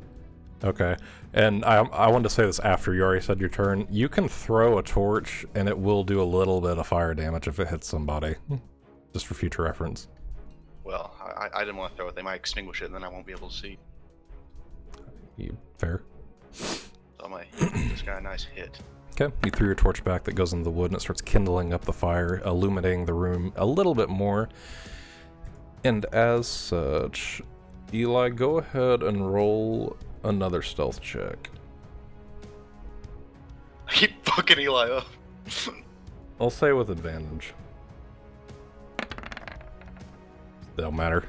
Eli is not even of this plane anymore. he's on his own ethereal plane. Okay, I rolled the hit. Does that hit?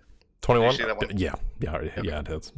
Alright, now I'm gonna give him a nice smack in the noggin here. No, God that one damn goblin it. has an AC of 40. Did you roll a 1 again? Yeah. Damn. Holy shit. I'm gonna make a t-shirt for Jory that says I'm a nat 1, and it's just a plain white t-shirt. All natural ones. But, as such, just enough damage. You come barreling down in frustration at these fucking goblins and smash its head and just poof, almost like a melon just splatters all over the other goblins. And it is dead. Who's next? Okay. At the top of the round, I'm giving Troganis a chance to do what he will. Alright. I'm gonna shoot the goblin that's behind the two dead ones. Okay. Go ahead and roll to hit. With advantage, I think. Yeah. Yeah, it doesn't matter. 18. You do get your sneak attack bonus.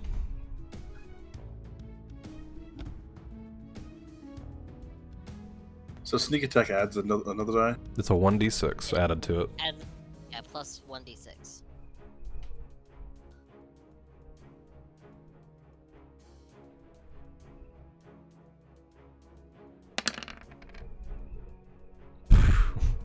Okay.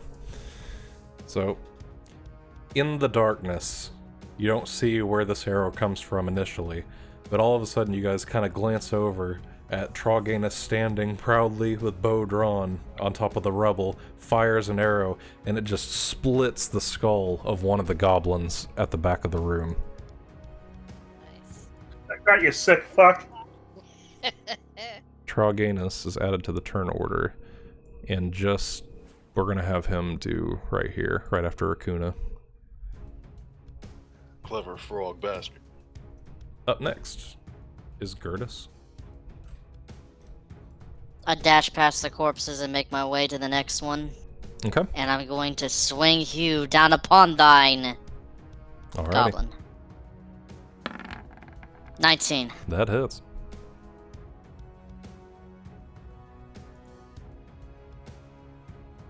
Roll some damage. 15 points of slashing damage.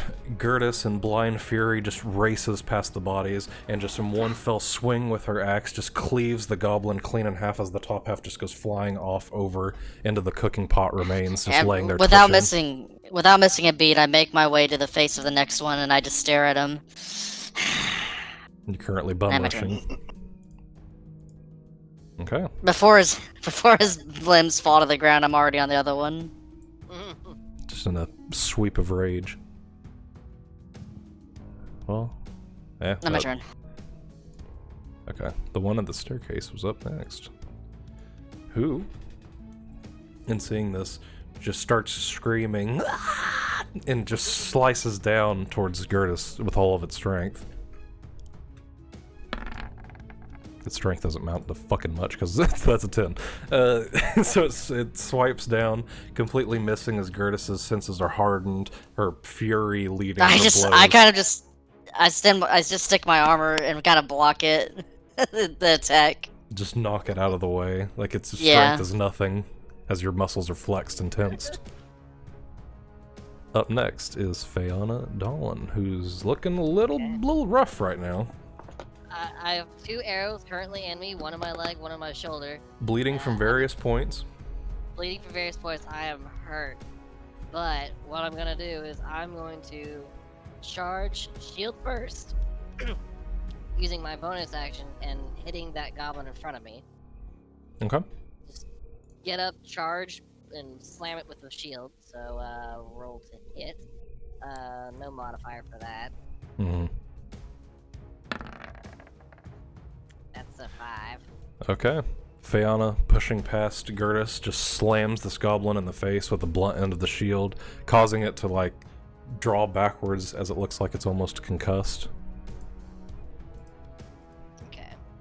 And I assume that doesn't do bladed damage, I guess? Because it's only 5. Or Do does what? that was the roll to hit. Oh, the roll to hit. Oh, I thought it was damage. Yeah. Sorry. You missed. No. You missed them. I wish it automatically did damage, but no. Yeah, no. That was a miss then. Yeah. So, for my action, I'm gonna take the dodge action. Okay. And I'm on head on a swivel, and I do not want to get hit. Okay. Up next is the big bad guy upstairs, who looks down. All right, I've had enough of this shit. And he just starts slowly moving towards you guys.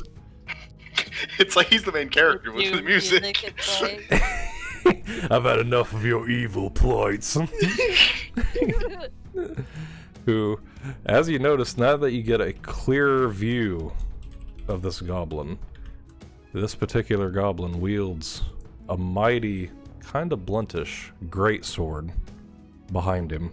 As he arms himself with this greatsword, dropping the longbow on the ground, makes one, it looks like a huge slab of iron, just swings it as hard as he can towards Gurdis. Someone's overcompensating. All the doom music like- that's going with this is great. I'm gonna hit this male. This male. Does he really have to just say it like that? Roasted. This male. I'm gonna hit this. I mean, if he was hitting penis-wearing Raakuna, would he female. say, I'm gonna hit this male? Unfortunately, he misses. Swings, and he looks like he's almost not used to using that weapon. He might not have been using it for very long, and swings, and it's almost like the weapon itself with the weight starts pulling the goblin a little bit out of the way, so you just dodge it with ease. Up next is Raakuna. I'm going in. Get him. I like how the music changed as soon as it was Raccoon's turn. I The- know, the- right? It just The goes. big guy that was talking. See. Yeah, the larger goblin. One minute, let me see. He's the token with a bro fist on there to symbolize him being Yeah, the yeah. leader of the goblins. Of that group of goblins.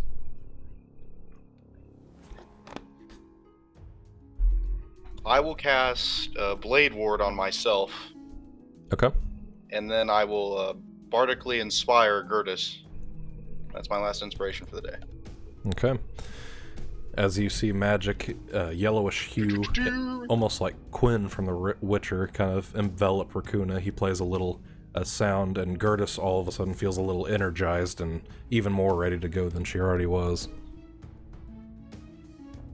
Up next is Troganis, standing amongst the pile of rubble at the northern entrance. I'm gonna use my short bow again. Okay. And I'm gonna aim at Mr. Big Dick over there. Okay.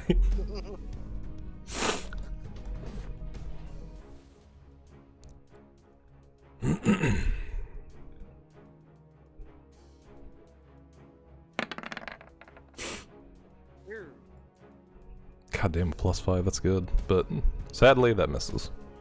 You fire an arrow, it's just a little 2 ways away. He almost like turns the greatsword a little bit, and it just kind of bounces off and hits the ceiling.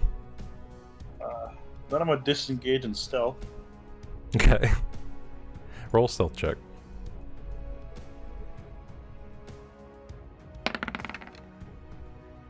$17, okay. As quickly as he came, he leaves in a flash. Troganis is, poof, he's just gone.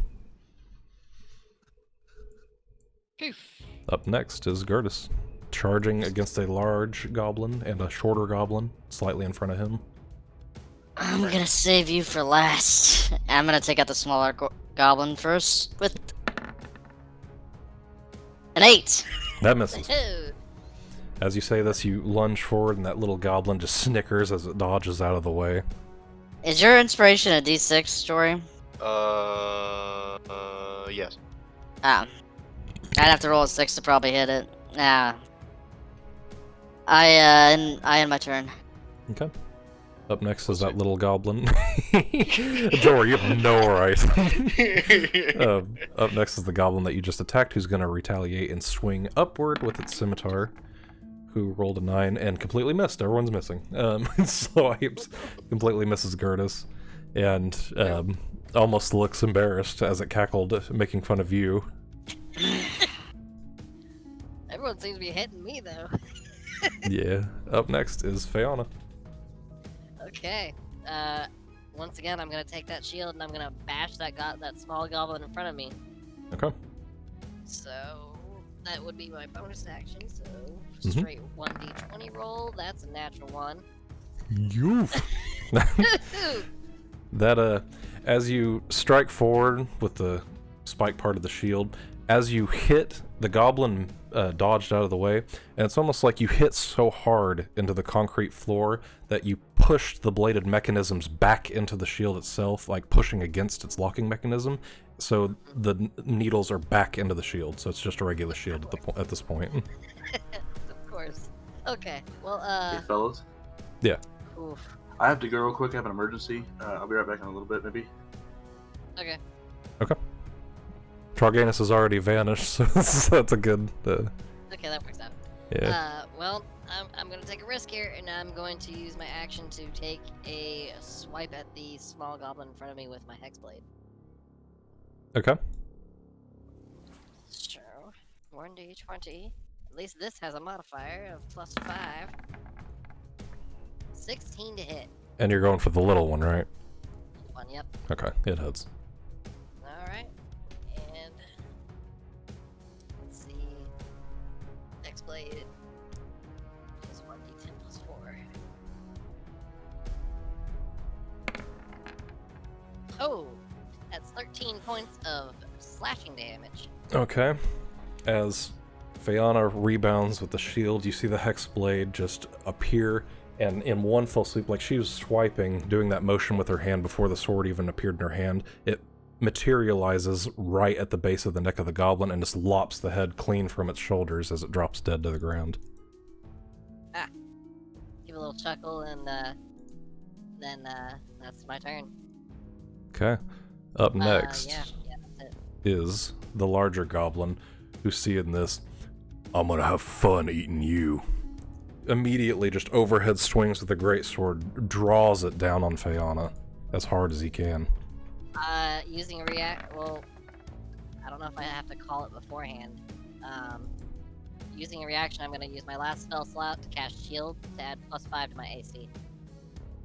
Okay. It probably didn't matter, because he rolled a 10. Well, it wouldn't have mattered anyway. Well, you can use it reactively. That's I the whole mean- point of it. Okay, yeah, if it is a reaction, then I won't burn the spell slot, but that's what I would have done. Can you do that after knowing the roll, though? Yeah. It's... okay. Yeah. Because it is a reaction, so. Okay. Alright. But yeah. Still unable to really grasp the strength of the greatsword, just swings downward as Fiona very casually just steps out of the way, and it embeds itself into the stone floor. Up next is Raakuna. Okay. I guess I'll just give him a nice whack here. Whack. Fuck. Never mind. Oh man. You're embarrassing everyone here, Raakuna. Raakuna swings and actually completely misses his target and actually hits down and hits an already eviscerated goblin corpse, just going even more, spreading out body parts along the floor basin. Oh, that one's already dead. Yeah. Up next is Gurdis, unless you had a bonus action. Did you have a bonus action? Oh, no. I've used Okay. everything I can do for a bonus action, unless I want to, like, heal. Ew! Gurdis spreads it. 8. Ew. That misses. Ah! It's a quick fella, and I'm a turn. Okay. He steps out of the way. It's Fayanna's turn. Take a slash with the.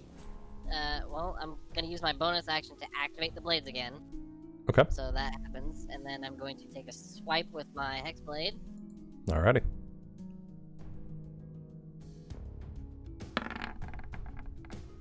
Ooh, that's We all suck. Man, 7, 7, 8. We can't. He's going Ultra Instinct and just dodging all of our attacks. He's just using the weight of the greatsword to block the attacks, because the greatsword is so massive it almost blocks the entirety of his body. So he's just kind of cowering behind it. As So we're talking like one of these Monster Hunter great swords. it's almost a resemblance of Guts' greatsword is what I imagine, like this huge piece of solid iron, but it's not necessarily as big because it's big enough just for him to use. So it's Right. a little smaller. Okay. And as such, he swings in retaliation again, this time aiming for Gurdis, just with full strength again. He'll make one more roundabout. And that was a 9. So he's gonna miss again with the weight of that sword. And up next is Raakuna. We should try and parlay with this fella. We're at an impasse. No more dodging, Can't hit each fiend. other. I'll get you this time. Nat 1. Oh my God. Fuck, a nat Shit. 20. Alright. Nat 20, way to make a reversal. Roll some damage and some crit damage. So what's the crit damage? Just one more dice on top of it. Whatever your dice roll is for your So- weapon. There's the first one. You could We have don't done have the plus 2d. 3 to the second one. Oh, well then 5. It's- So subtract 3 to that. So, what is it, 12. 12? Yeah. 10. It's 12. Oh, It's 7 plus 5. okay, sorry. 12 damage. Give me 1 second. Okay.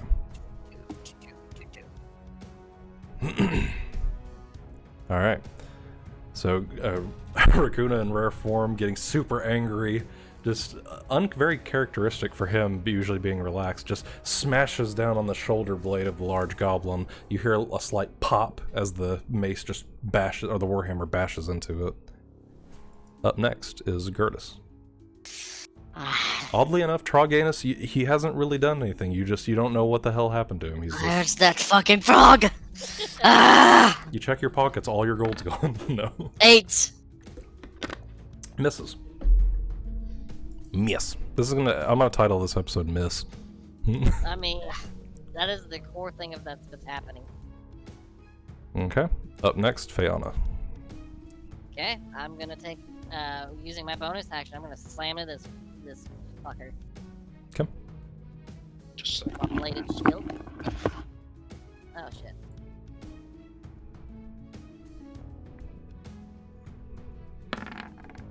That's a 16! That barely hits. Oh, thank god. Whoa, 1d6.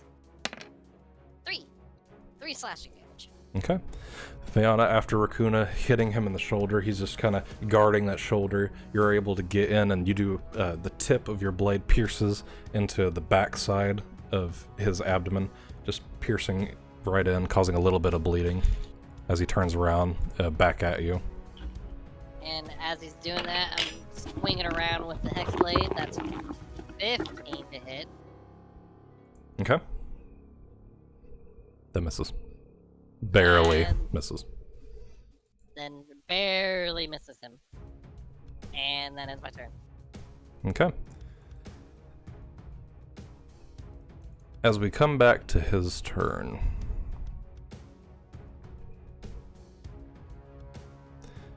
the larger creature, in almost like a panicked look, backs up and actually runs away. Attack of opportunity. Yep. So go ahead and, for those of you near... Natural one. Okay, 17. that hits. Roll some damage. Jory, you were close enough as well. Just rolling the dice. Oh yeah. 16. Okay, you two, Jory, or Raakuna, barely hits. Fayanna hits. 13 damage. God. 17 fucking damage. Jesus. Give me 1 sec. Yep. I can't seem to hit him, guys. I'm so weak. Okay. As he's running away, you're able to make a few slashes and smack onto his backside. He flails upward, putting the great sword, holding it up with one hand. He looks a little shaky as he's holding it with one hand. Puts it up to the humanoid figure attached to the stalagmite. Says, "Truce, or this human dies." Just a minute. I'm gonna mute myself. Sorry, I'm getting a call. And as he does this, we'll take a 5-minute break. So the creature already addressed you. It's got its sword up to Sildar, wishing, or really saying truce or this human dies.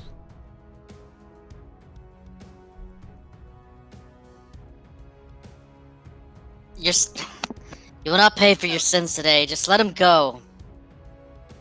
Are we still initiative? Yeah, Okay. Because I want to do something when it comes my turn. it's his turn. But right now, this is just like a mini phase of the combat where you guys are talking. He's attempting to come to an agreement. Do I have a clear line of sight on him? You do not really, honestly. You're right up next to the wall, and it's like 10 to 15 feet, so... Darn, because I wanted to pull a fast one. Well, it wouldn't have been your turn in combat anyway. I know. Who gets to talk to him? Anybody. You all can... This is an open... He's addressing you as a group. You've committed many atrocities today, you fuck. But walk away now, let the human go, and you'll live another night. Another night, nothing more than that. How about this? I don't kill the human. You don't kill me. And you actually help me, or he dies right now. I humor him. Listen, brother. I'm Who is this going human? to Why do you even have him accept- captured? He looks over at the human. He's not much of a talker after we're done with him, but who are you, in fact? And he just pokes him, and like playfully. The human, well, it looks like a human. It looks like almost like a corpse. Looks up at you guys. My name's Sildar. Just kill him. Just let me die. No, it's against the order to let the innocent perish. Just go, you fucking ugly piece of shit. Just leave him. I am going to deceive him by saying, yes, run free. We don't care, just leave him be. Well, first off, roll a deception check. Yes, please.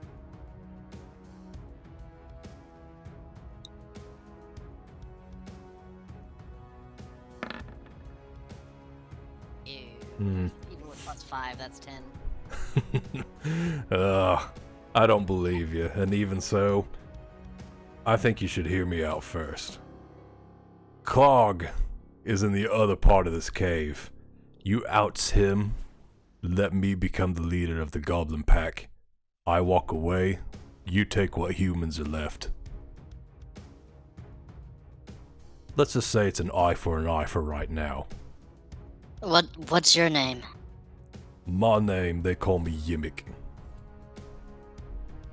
Okay, Yimmick.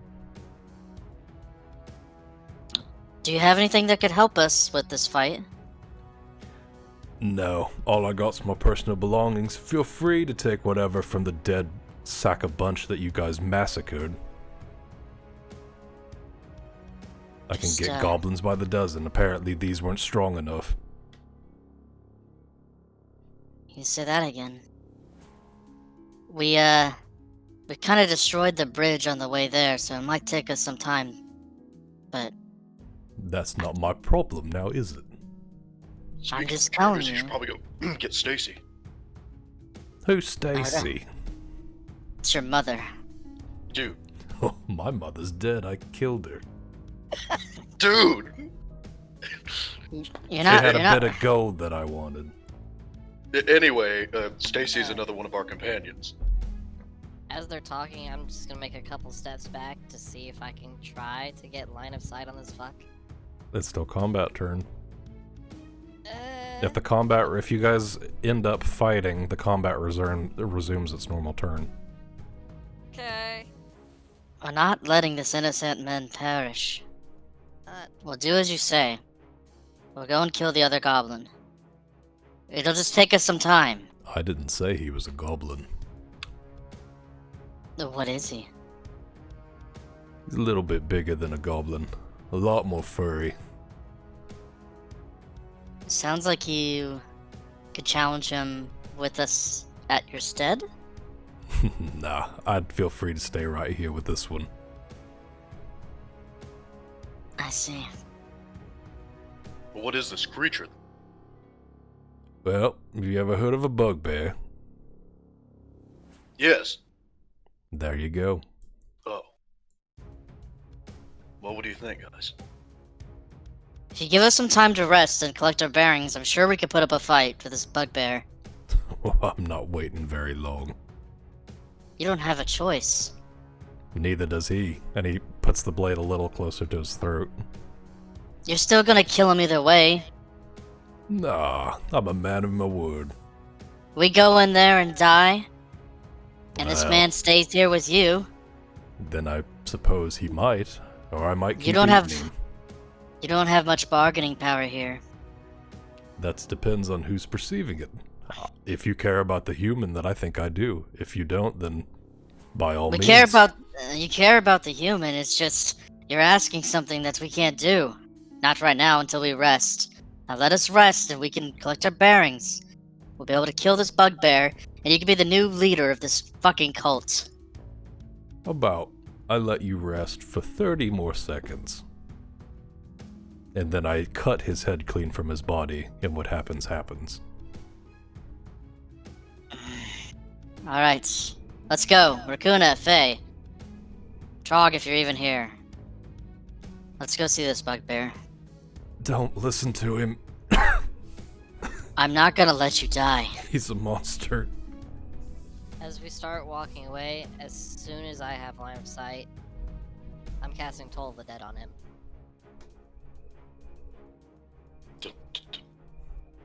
And that would be a wisdom saving throw. Okay. I'm actually not too familiar with Toll of the Dead. What does it do? You point at one creature you can see within range. The sound of a dolorous bell fills the air for a moment. The target must succeed a wisdom saving throw or take 1d8 necrotic damage. If it's missing any of its hit points, it instead takes 1d12 necrotic damage. Okay. So as your party, he puts down his greatsword, and you begin to leave, stepping over the goblin corpses. And this is the other thing about this spell. What is it? Is it a verbal? Is it a sign? Do you know? Verbal and somatic. So you're going to have to say something, and he's possibly going to hear it. Possibly, but it all happens within one action. Okay. So go ahead So unless he and can roll. react to it. Oh, he just... Does it have a roll? Does it roll to hit? It's a wisdom saving throw for you. Okay. So it needs to be my spell DC of 13. His is 9. 9. So that is 1d12 necrotic damage.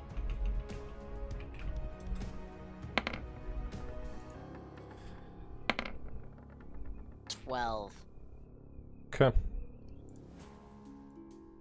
As you guys are leaving, Raakuna actually catches a glimpse of Fayanna raising her hand, silently talking to herself. You see a little bit of magic kind of pulsate from her hand, and all of a sudden, Yemek starts conveying and swinging, and as he does, he reams back and smacks his sword straight into the stalactite where the human was chained up to. And as you look back, you hear a "Ugh!" and then silence. Fayanna, what did you do? What the hell? Took care of the problem. I go running towards the man that was sliced. Didn't think I was gonna slice him. No. I look at the man. As Is you- the goblin dead? And no. The goblin, holding its head, looks towards you. Its eyes are like red, pissed. It looks damaged and disturbed. As you look behind him, Sildar is dead. The great sword made an impact, lopping off one of his legs. As he screamed out in pain, it just instantly, the shock of it just stopped his heart. What little he had left of life has left him, and he just slumps against the chains, holding himself against the stalagmite. I don't know what initiative is, but I'm coming down on that goblin, Yimik. We resume, and next was actually Raakuna. Let's see. Hoping that Toll of the Dead would just outright kill him, but Got close. fuck. He's looking pretty beaten and battered. I'll jump down and I'll swing at this fiend. for You what he's can't jump over that. That is like Oh. a 10 to 15 foot incline. You have to go up the stairs. He'd still be You could climb it done. and Yeah, fall. Yeah, well, I'll just run up to him and I'll give him a nice hit. Okay, roll to hit. Oh yeah. 23. That hits. 6 damage. Okay. At the angry creature known as Yimik, you smack down just out of rage, trying to deal with the problem as quickly as possible. You smack down, break one of his legs, and he's just sitting there screaming, trying to hold himself up in pain, wielding that greatsword in his right hand. Up next is Gurdis. You lost your bargaining power. And now you lost your life. As you say this, he looks up. But he's dead. Fuck you.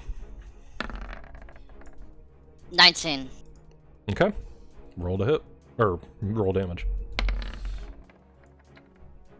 5 points of slashing damage on his fucking skull. Okay. As you slice downward, he looks down at a glance, which you slice a giant gape, like a giant laceration across his eyebrow, his eye. It just busts open, slashing along his mouth. He starts screaming out in pain as he can no longer see out of that eye. He looks very beaten and damaged. Alive? Up next is Fayanna. Time you die, you piece of fucking shit. And I jab my hexblade into him, but need to roll to hit.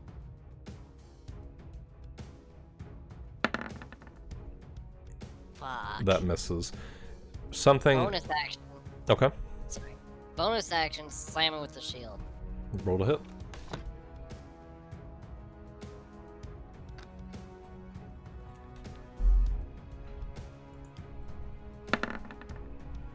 Barely hits.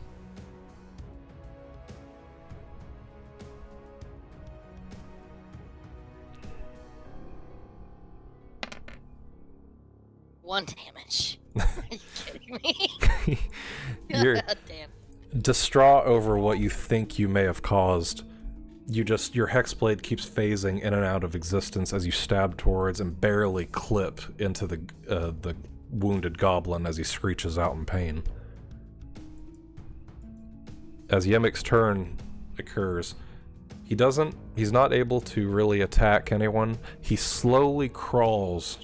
He doesn't get out of your reach for an opportunity, but he slowly starts crawling towards the back of the room at the barely alive, one-armed little girl in the back of the room, as if he's going to try to kill as many that are still alive as possible before you guys can. Up next is Raakuna. Let's give him another bop. Another bonk. Okay. Misses. Damn it! You're just having trouble seeing, sweat in your eye, you miss. Up next is Gurdis. The blood stops here. Just 13. No, it doesn't. It's still crawling. You just are not. How do able we to not? hit He's on the ground and we don't have advantage. I don't understand. it. You actually do have advantage. But Yeah, Okay. he's on the ground. Since he started crawling, you have advantage. 17. That hits. Okay. Now He's back just to my like- dramatic. He's super able to dodge and roll. As he's on the ground. The order sends the regard. The who? 7 points of slashing damage. He looks up and says, "The Is that who?" really what you want your last words to be? The who? As you cave his head clean and it just splatters brain matter all over the ground. Blood who? is just pooling from Yemek's body, and Sildar's severed leg, just the blood is just everywhere. I it's pointless, but I try to render aid onto Sildar. I go after that little girl that. Dude, his fucking head was cut off. No, Sildar's Oh. leg was cut off. Okay, I was gonna say his head wasn't cut off. I wouldn't try, but I'm just gonna try Try to to shake render him. his head. I make a tourniquet. That's For his it. head. Sildar, you there? Do a medicine check. Roll high for that one. I think he's dead. I'm role playing Curtis. I'm role playing a person that doesn't understand. Yeah. You bring him back to 11. life. No. As you're able to check, you feel his chest. You're like pushing him to wake him up. You can feel the coldness of his body. No heartbeat is found, and the blood's just still pouring out of that wound. I Oh, think he's dead, Gurdis. he was innocent. I just turn my gaze to Fayanna and I go up to her and I push her. I say, "You reckless bitch!" I ignore her and I go towards the little girl that is chained up on the wall. Okay. This blood is on your hands. Fayanna, just fixated on the back of the room, just ignores Gurdis's shove and calls out for blaming for the issue, and just slowly walks towards the little girl still chained up, one arm just hanging limp as she's sitting there, fixated on the ground, just still making that slight ticking sound that she's making. Okay. Are you okay? What's your name?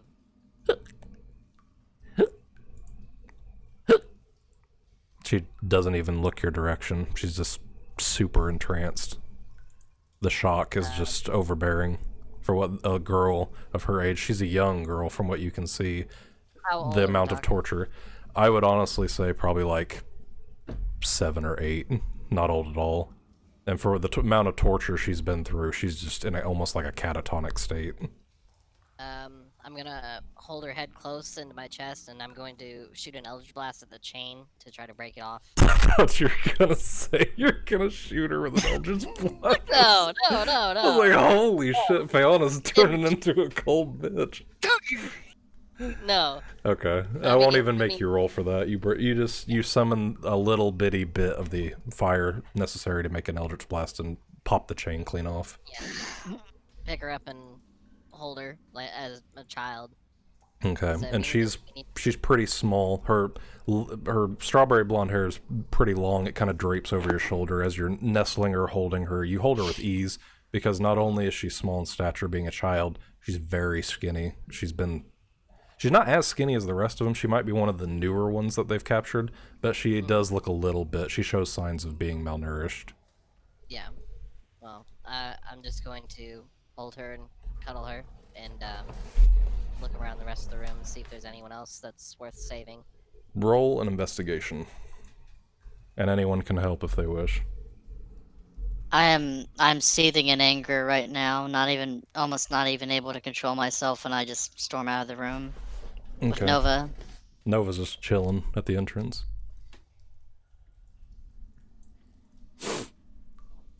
Let's go, boy. Raakuna, what are you doing? I want to go with Gurdis to check on Stacy. That's Okay. 3. Natural 1. Raakuna and Gurdis, as you're holding the child looking about the room, have left. And as you look around the room, all you can really see are bodies. You don't see much else of anything. You don't really see any signs of life, though, as far as you can tell. So the rest of them are dead and gone. You're presuming. Okay.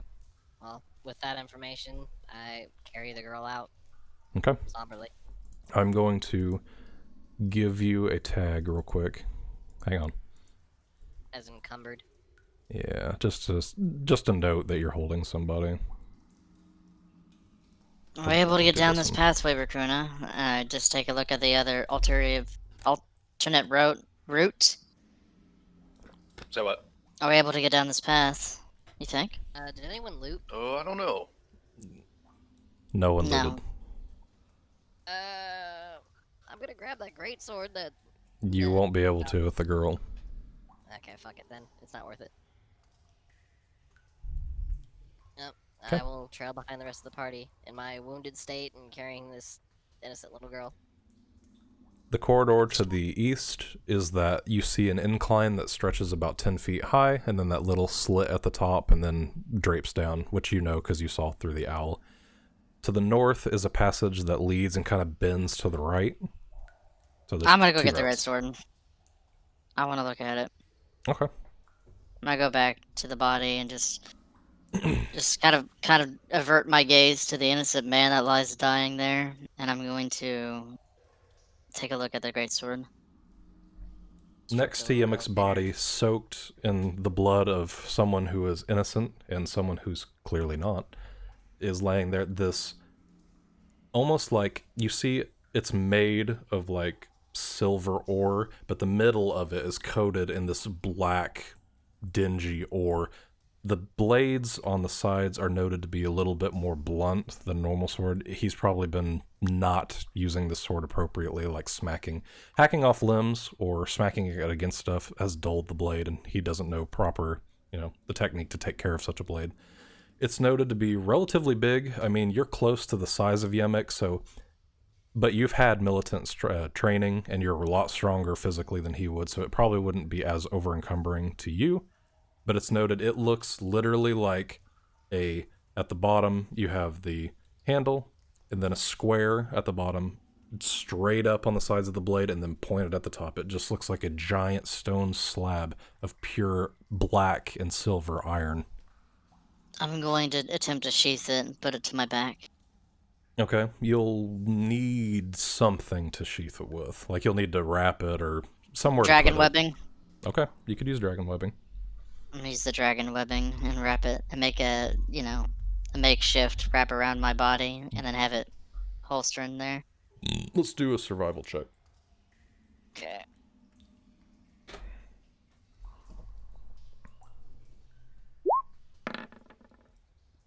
$11. 11. You do manage to fashion one. It's a little on the ruddy side, but it's good enough to hold the sword in place. You do use 1 foot of the webbing for this, though. Okay. And it is like there's gaps in it. You can see the blade. It's not like a perfect sheath for what you have. You'd probably have to use the For whole now. thing and roll high to make a proper sheath with the webbing. It's fine.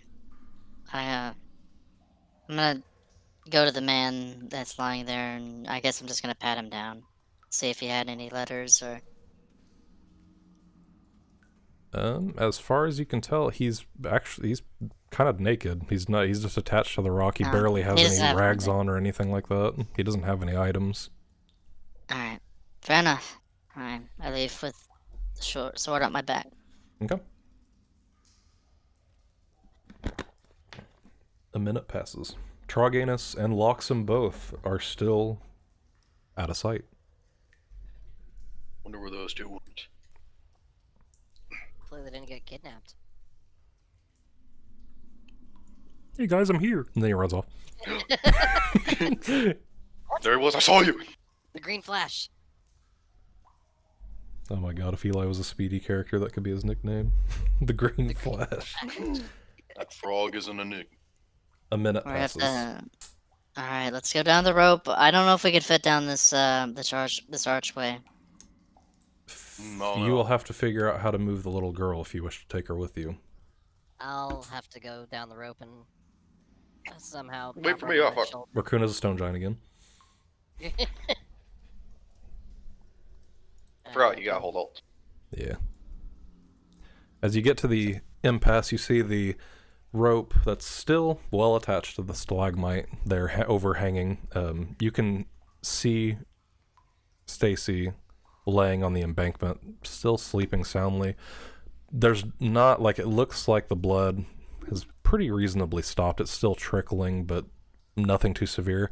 As of right now, though, because of her bleeding beforehand, she has bled quite a bit. So I don't think she's really going to be able to help you guys much in doing anything, let alone probably be hard to get her to walk. We're gonna need you to cast your spells on her to keep her healthy, stop the bleeding. If I can get closer to her, I can cast a more powerful healing spell. Well, you go down the rope now and make sure we get this girl to safety. Make sure you help her down. Alright, I'm going down. Do I gotta do anything, Art? No, you can just climb down the rope. Stacy! Well, she's asleep, never mind. I'm gonna place my hand upon her and cast Cure Wounds. Okay. Roll to how much you heal. What's my spell count? I'm also going to have you do a medicine check after that.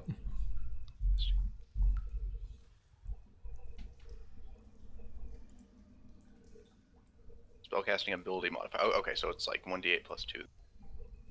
Okay. Here we go, boys. The big shebang. Oh, thank God. That's good. 9. Eh. Okay. And now you want me to do that medicine check, right? Yeah. Let's see what the modifier I have on that. You see a little bit of life as Raakuna places his hand on her fur, and this green aura starts emitting, pulsating through her body, just in waves. As you see a little bit more color happen to her. Unfortunately, Raakuna's a bit of a brainlet, so it's gonna be hard. You Yes. almost Oh had my god. you almost had a nat 20. As you're able to heal her, you're able to stop the bleeding, but you don't necessarily help the broken bone any. It's still broken. She's not going to be able to stand very well. A little bit of color has appeared back on her, though. She looks a little bit more well. The wound's patched up, but I can't do anything else from here. We'll just let her rest here then. Just glad that she's not bleeding out. You also Right take now- note that the owl is still standing, perched up, watching over you guys. There's also this owl. Yeah. Fine. Help this girl down here, Raakuna. Make sure that she doesn't go tumbling down. Okay.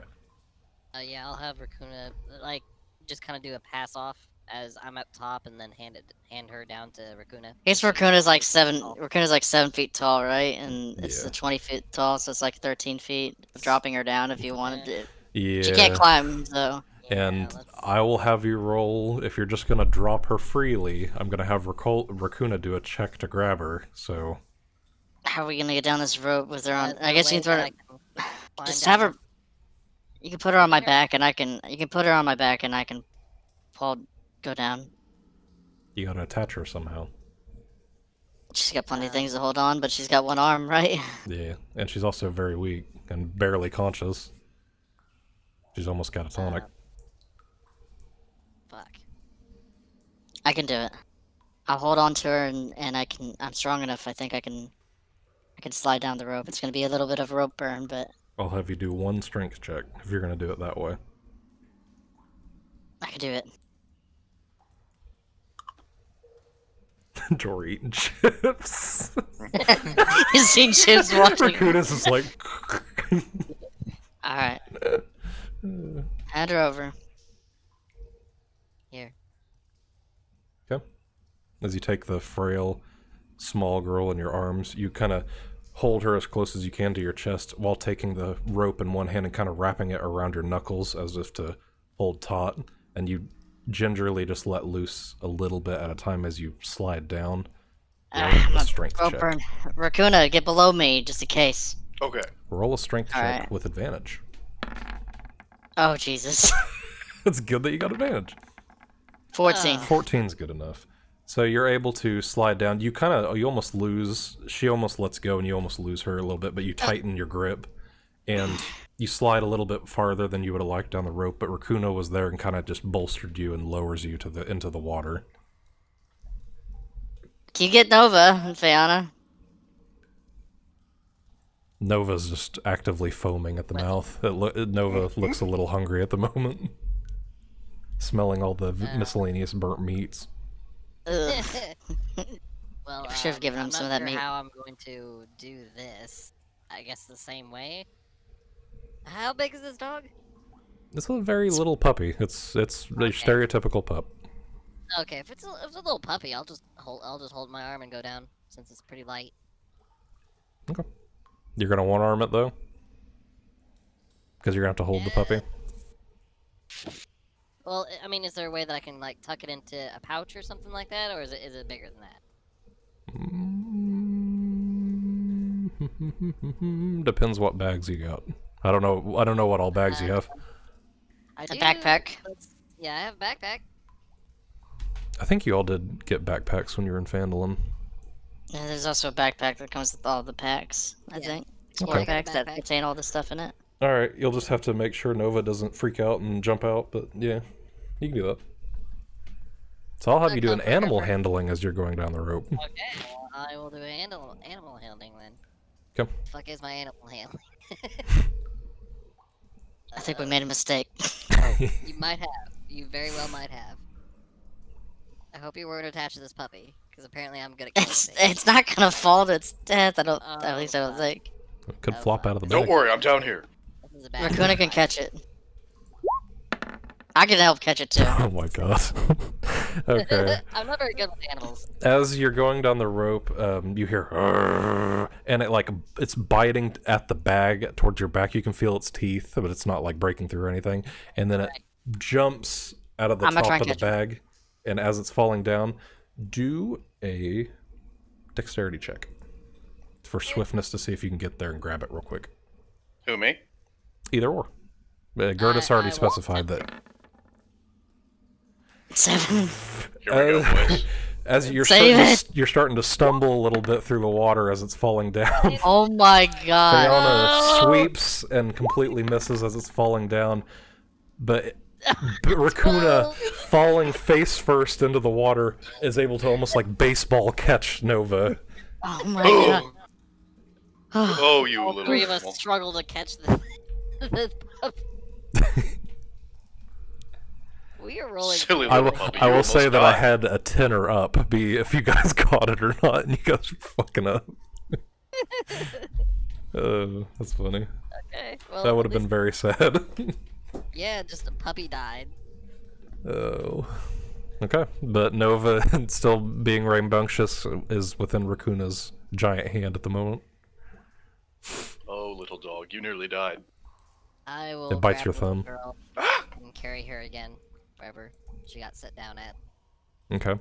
Fayanna just walks over and picks up the little girl. We gotta Hold get her this little close girl out of and here. walk. We have to. She needs proper medical attention. I don't know where Loxim or Troganis is, but we need to get to Phandelver. I'm not worried about Mr. Froggy. I'm sure he'll be alright. I I'm think fine. they'll make their ways back. See, he's fine. Yeah. Alright, let's make camp out of this hell place and Think we onward to should get Phandelver. out of this cave at least. Or at least some. I don't know if this little girl will make it through the night. We gotta get out of here now.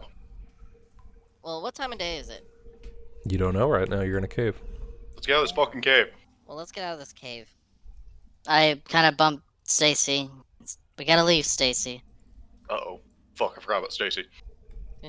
Okay. Stacy struggles, really can't walk very fast, barely walks at all.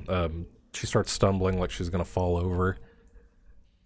She might need to be braced or helped up a little bit. I'm going to do it the best I can. Okay. Roll You a and your strength damn check. animals. This will be a one-time, like, you roll, and then this will be the continuance of the journey. Like, that's how you carrier. Oh. You just can't lift her up. You can't summon the strength, and she's not giving you enough help to justify it. Don't worry, I've Maybe got we should this. take a rest. Just rest for an hour. Get a little rest in, and then. No, I can take care of the bear. 1 minute. You watch, he's gonna roll a fucking nat 20. God fucking Whoa! Stacy's put on some weight. As you're lifting her up, you actually forget about the wound, and you start pulling on the bat arm, and she starts whining horribly. as Oh it's my god, starting I'm to so hurt. sorry. I think we're stationary here for a little Okay, bit. shit. Well, how is the girl? I mean, do you think she'll make it? Roll a medicine shoot. I mean, can I? Since I'm holding her. And Sorry, I'm a bit of a retard when it comes to medicine. Yeah, you're the healer. But yeah, you can roll. Anyone can roll a medicine check. You can attempt. That's Oh my god, fucking doctor. Dr. Fayanna here. With a little bit of knowledge you picked up in Neverwinter, you know a decent amount about being malnourished, and as you can see, she's still got a little bit of plumpness to her limbs. Her abdomen does look a little sunk in, but her ribs aren't really protruding too much. She does look pale, but you think that's more of because of the fact that she's lost a decent amount of blood. You do notice you probably want to find a way to clean up that wound. As of, it's not really actively bleeding at the moment. It's a lot of it's just a really gross coagulation, but infection is a definite problem that could happen. So basically, she has a portion of which arm missing? Her right arm is completely severed. So from At the like, elbow. shoulder- Elbow. Oh, at the elbow. Yeah. Okay. So right arm from the elbow down. So, while we rest, I'm going to take care of the balloon, clean it, and do what I can with what I have. That depends on what you actually have in your inventory.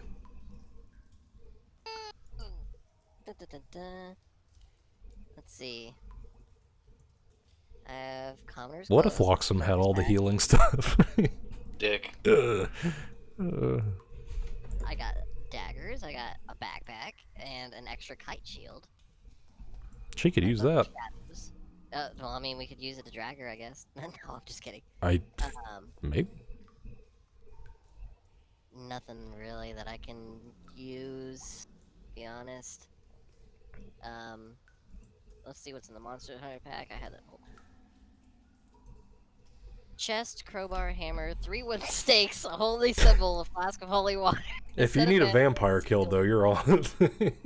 I'm all set when it comes to vampire.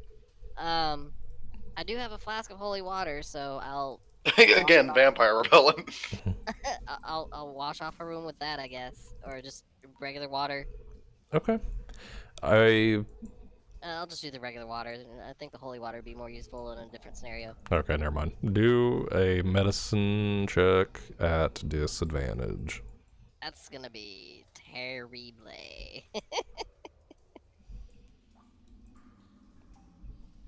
What is Gurdis and Loxim, Raakuna doing? Now, are we taking a short rest? Whoa, another nat 20 Oh no. and a 6. You're just somehow able to use that water. You actually give it a little bit of magical properties from your own mysterious patron. Hunter, It was a disadvantage. you Oh, missed. because you rolled a 6. Okay, never mind. You just splash water on it and you assume that it works. Man, that would have been so much cooler to get that 20 again. That would have been cool. I'm just gonna Okay. continue Well, rendering otherwise- aid where I can. I'm sorry. No, you're fine. I'm just gonna hold her close and keep her comforted as we take a short rest, hopefully. I'm gonna get my bedroll out. You guys are going to Sure. make camp on the embankment? I just Now, can't. is this Can't a leave short without rest or a Stacy. long rest? I want to take a short rest. Someone's got to keep watch and make sure no more goblins come down here, though. Well, for the short rest, I can do a Song of Rest, and we all get 1d6 extra hit points when we rest. Would be nice. If we do a short rest, Yes. Okay. It's maybe up we to can you. do maybe we can do a short rest and I bust Stacy out can my re- nickel harp and play and a get the Song fuck of outta here. Rest while everyone relaxes. Okay. Do a performance check real quick. Oh god, fucking. You should be proficient in that. I am, I'm good. Please What don't is roll a natural one. Like, oh god. We actually die. The sound It takes pierces away your everything. ears and you're forever deaf.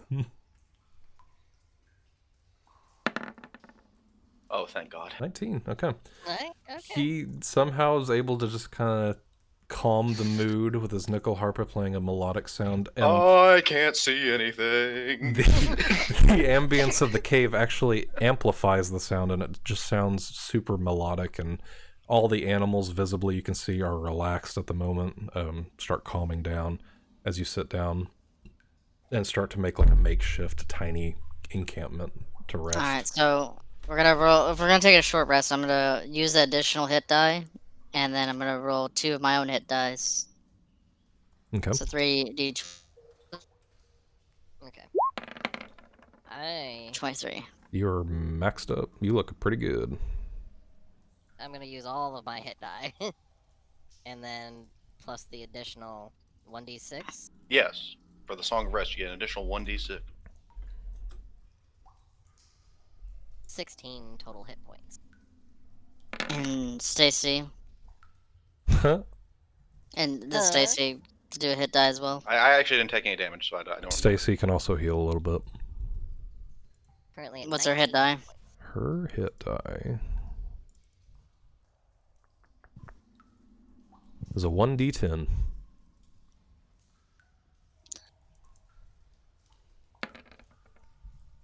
And she's to full. She's full. Well rested. Collar looking a little better. The girl that you see that you're currently holding, also, she still looks about the same as she always did, but she actually closes her eyes and it looks like she's slumped off into what you presume to be sleep. I just continue to hold her close. Okay. Nova curls up to Stacy and falls asleep as well. Oh, we're fully, we're healthy. I just need to know if Stacy can move. If she can move, then we can get to Phandelver and maybe find some medical assistance. God, I hope Phandelin's not on fire. Oh god. Or maybe we can go back to Neverwinter. God, I hope Neverwinter's not on fire. The volcano exploded again. Holy Get your- shit. Guess be the one people that live because you hid in a cave during a volcanic eruption. Okay. So you guys rest up, presumably. You fall asleep. Rest up, do what you will. Did anybody take watch? Or are you guys just winging it? Oh, Well, I was playing the Song of Rest, so I assume I was going to be up. no, you fell asleep and it continued playing. Okay, so Raakuna took watch. That'll work. Yeah. An hour and a half goes by, and you all slowly start waking up. The dwarf and Raakuna stayed up the whole time. The dwarf wakes up, Fayanna wakes up, the little girl stays asleep, but as you guys shuffle to get up and get your stuff ready, Nova wakes up, and you see Stacy's eyes open, but she doesn't attempt to move. Gurdis, you know you snore, right? Oh, I just, Yeah. it was a rough day, I guess. Yeah, you might want to get that looked at. Anyway, Stacy. Stacy just Stacy? looks over at you. Like, Can you get half looks up. Stacy looks at you like she doesn't understand what the fuck you're saying. Gurdis, communicate with your beast. Alright, Stacy, come. Stacy attempts to get up, still really shaky, just barely. She's really trying to favor that leg and not use it as much as possible. She grimaces and whines a little bit with each step, but she's able to very slowly move. Let's get the fuck out of here. Your travel time, if you're keeping up with Stacy's pace, will probably be double of what it would have been before. Let's get back to How far away are Neverwinter. we from Phandelver? We need to get to Neverwinter. Are you sure Neverwinter? We gotta pick up your armor, and we also got. There's not gonna be anyone that can help a girl that's missing an arm, and that infection's gonna be bad, I imagine. Make haste then. We'll try. Maybe Stacy's Yes, leg we will can. start feeling better, but I want to point this out because this was actually a point in another session. Don't let it influence your decision. But in Neverwinter, you guys actually asked if there was a hospital at one point because Gurdis being poisoned, Yeah. and there wasn't. you had to use Lore Master Atlavast. He has a basic knowledge of medicine, and he's probably one of the smartest people in Neverwinter. So really, it's only him, as far as you know. That's the only. So remotely people get competent sick and medical person. if They people die. get sick in Neverwinter, they just die. I mean, there's a huge part of that district of sick and poor people. Well, I mean, if we do decide to be the freedom fighter side, we need to advocate for a hospital. They more rely on traveling healers and traveling merchants for a lot of their stuff. Well, I guess we'll keep an eye out for any random traveling doctor, I guess. Bradoff comes in, I can take a look at that, and Get off! Thank What the fuck? God you're I here! was here the whole time, and here's my green frog companion. Oh my god. Oh, Troganis. He was always watching us. I went and got him, guys. I wouldn't got him, guys. Oh, You're a genius, Troganis. That wouldn't be the worst idea. Maybe we could have one of our fastest person go out and maybe find someone that can heal Stacy. Well, I mean, all of us are pretty much the same speed. I'm pretty slow. I'm 30 feet. I mean, I'm 25 feet. I'm 30 feet.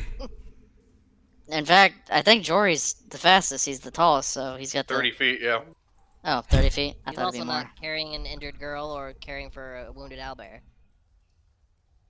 So you want me to go out and... By It's yourself Neverwinter, into right? the world. I don't know. Maybe you can go. Maybe you can go and find someone that can render aid onto us, either in If Phandelver or it was one Neverwinter. higher level, I could contact Radoff or some other person. No, never mind. They'd have to write my name in my journal. Never mind. Go ahead. Well, then if that's what you guys want me to do, I can do it. That sounds like a bad idea. Out of character. Alright. How is it a bad idea? He's roamed the lands many times. Out of character. I said that's a bad idea. Oh. I didn't say anything in character. I'm used to traveling by myself. I think I could make the journey. As Raakuna steps out into the wilderness, he dies right outside the gate of the cave. No. The Alright. volcano was active. Raccoona, What? see if you can find someone that can help with the owlbear and the child. We Alright, can I'm watch off. them here.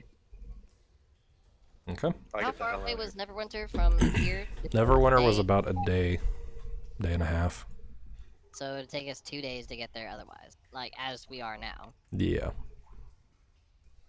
I make my journey to Neverwinter. Okay.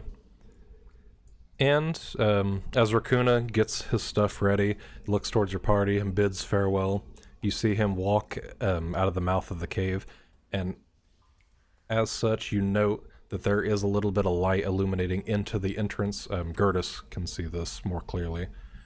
And Raakuna walks off into the wilderness, and this is where we'll end the session. Yay!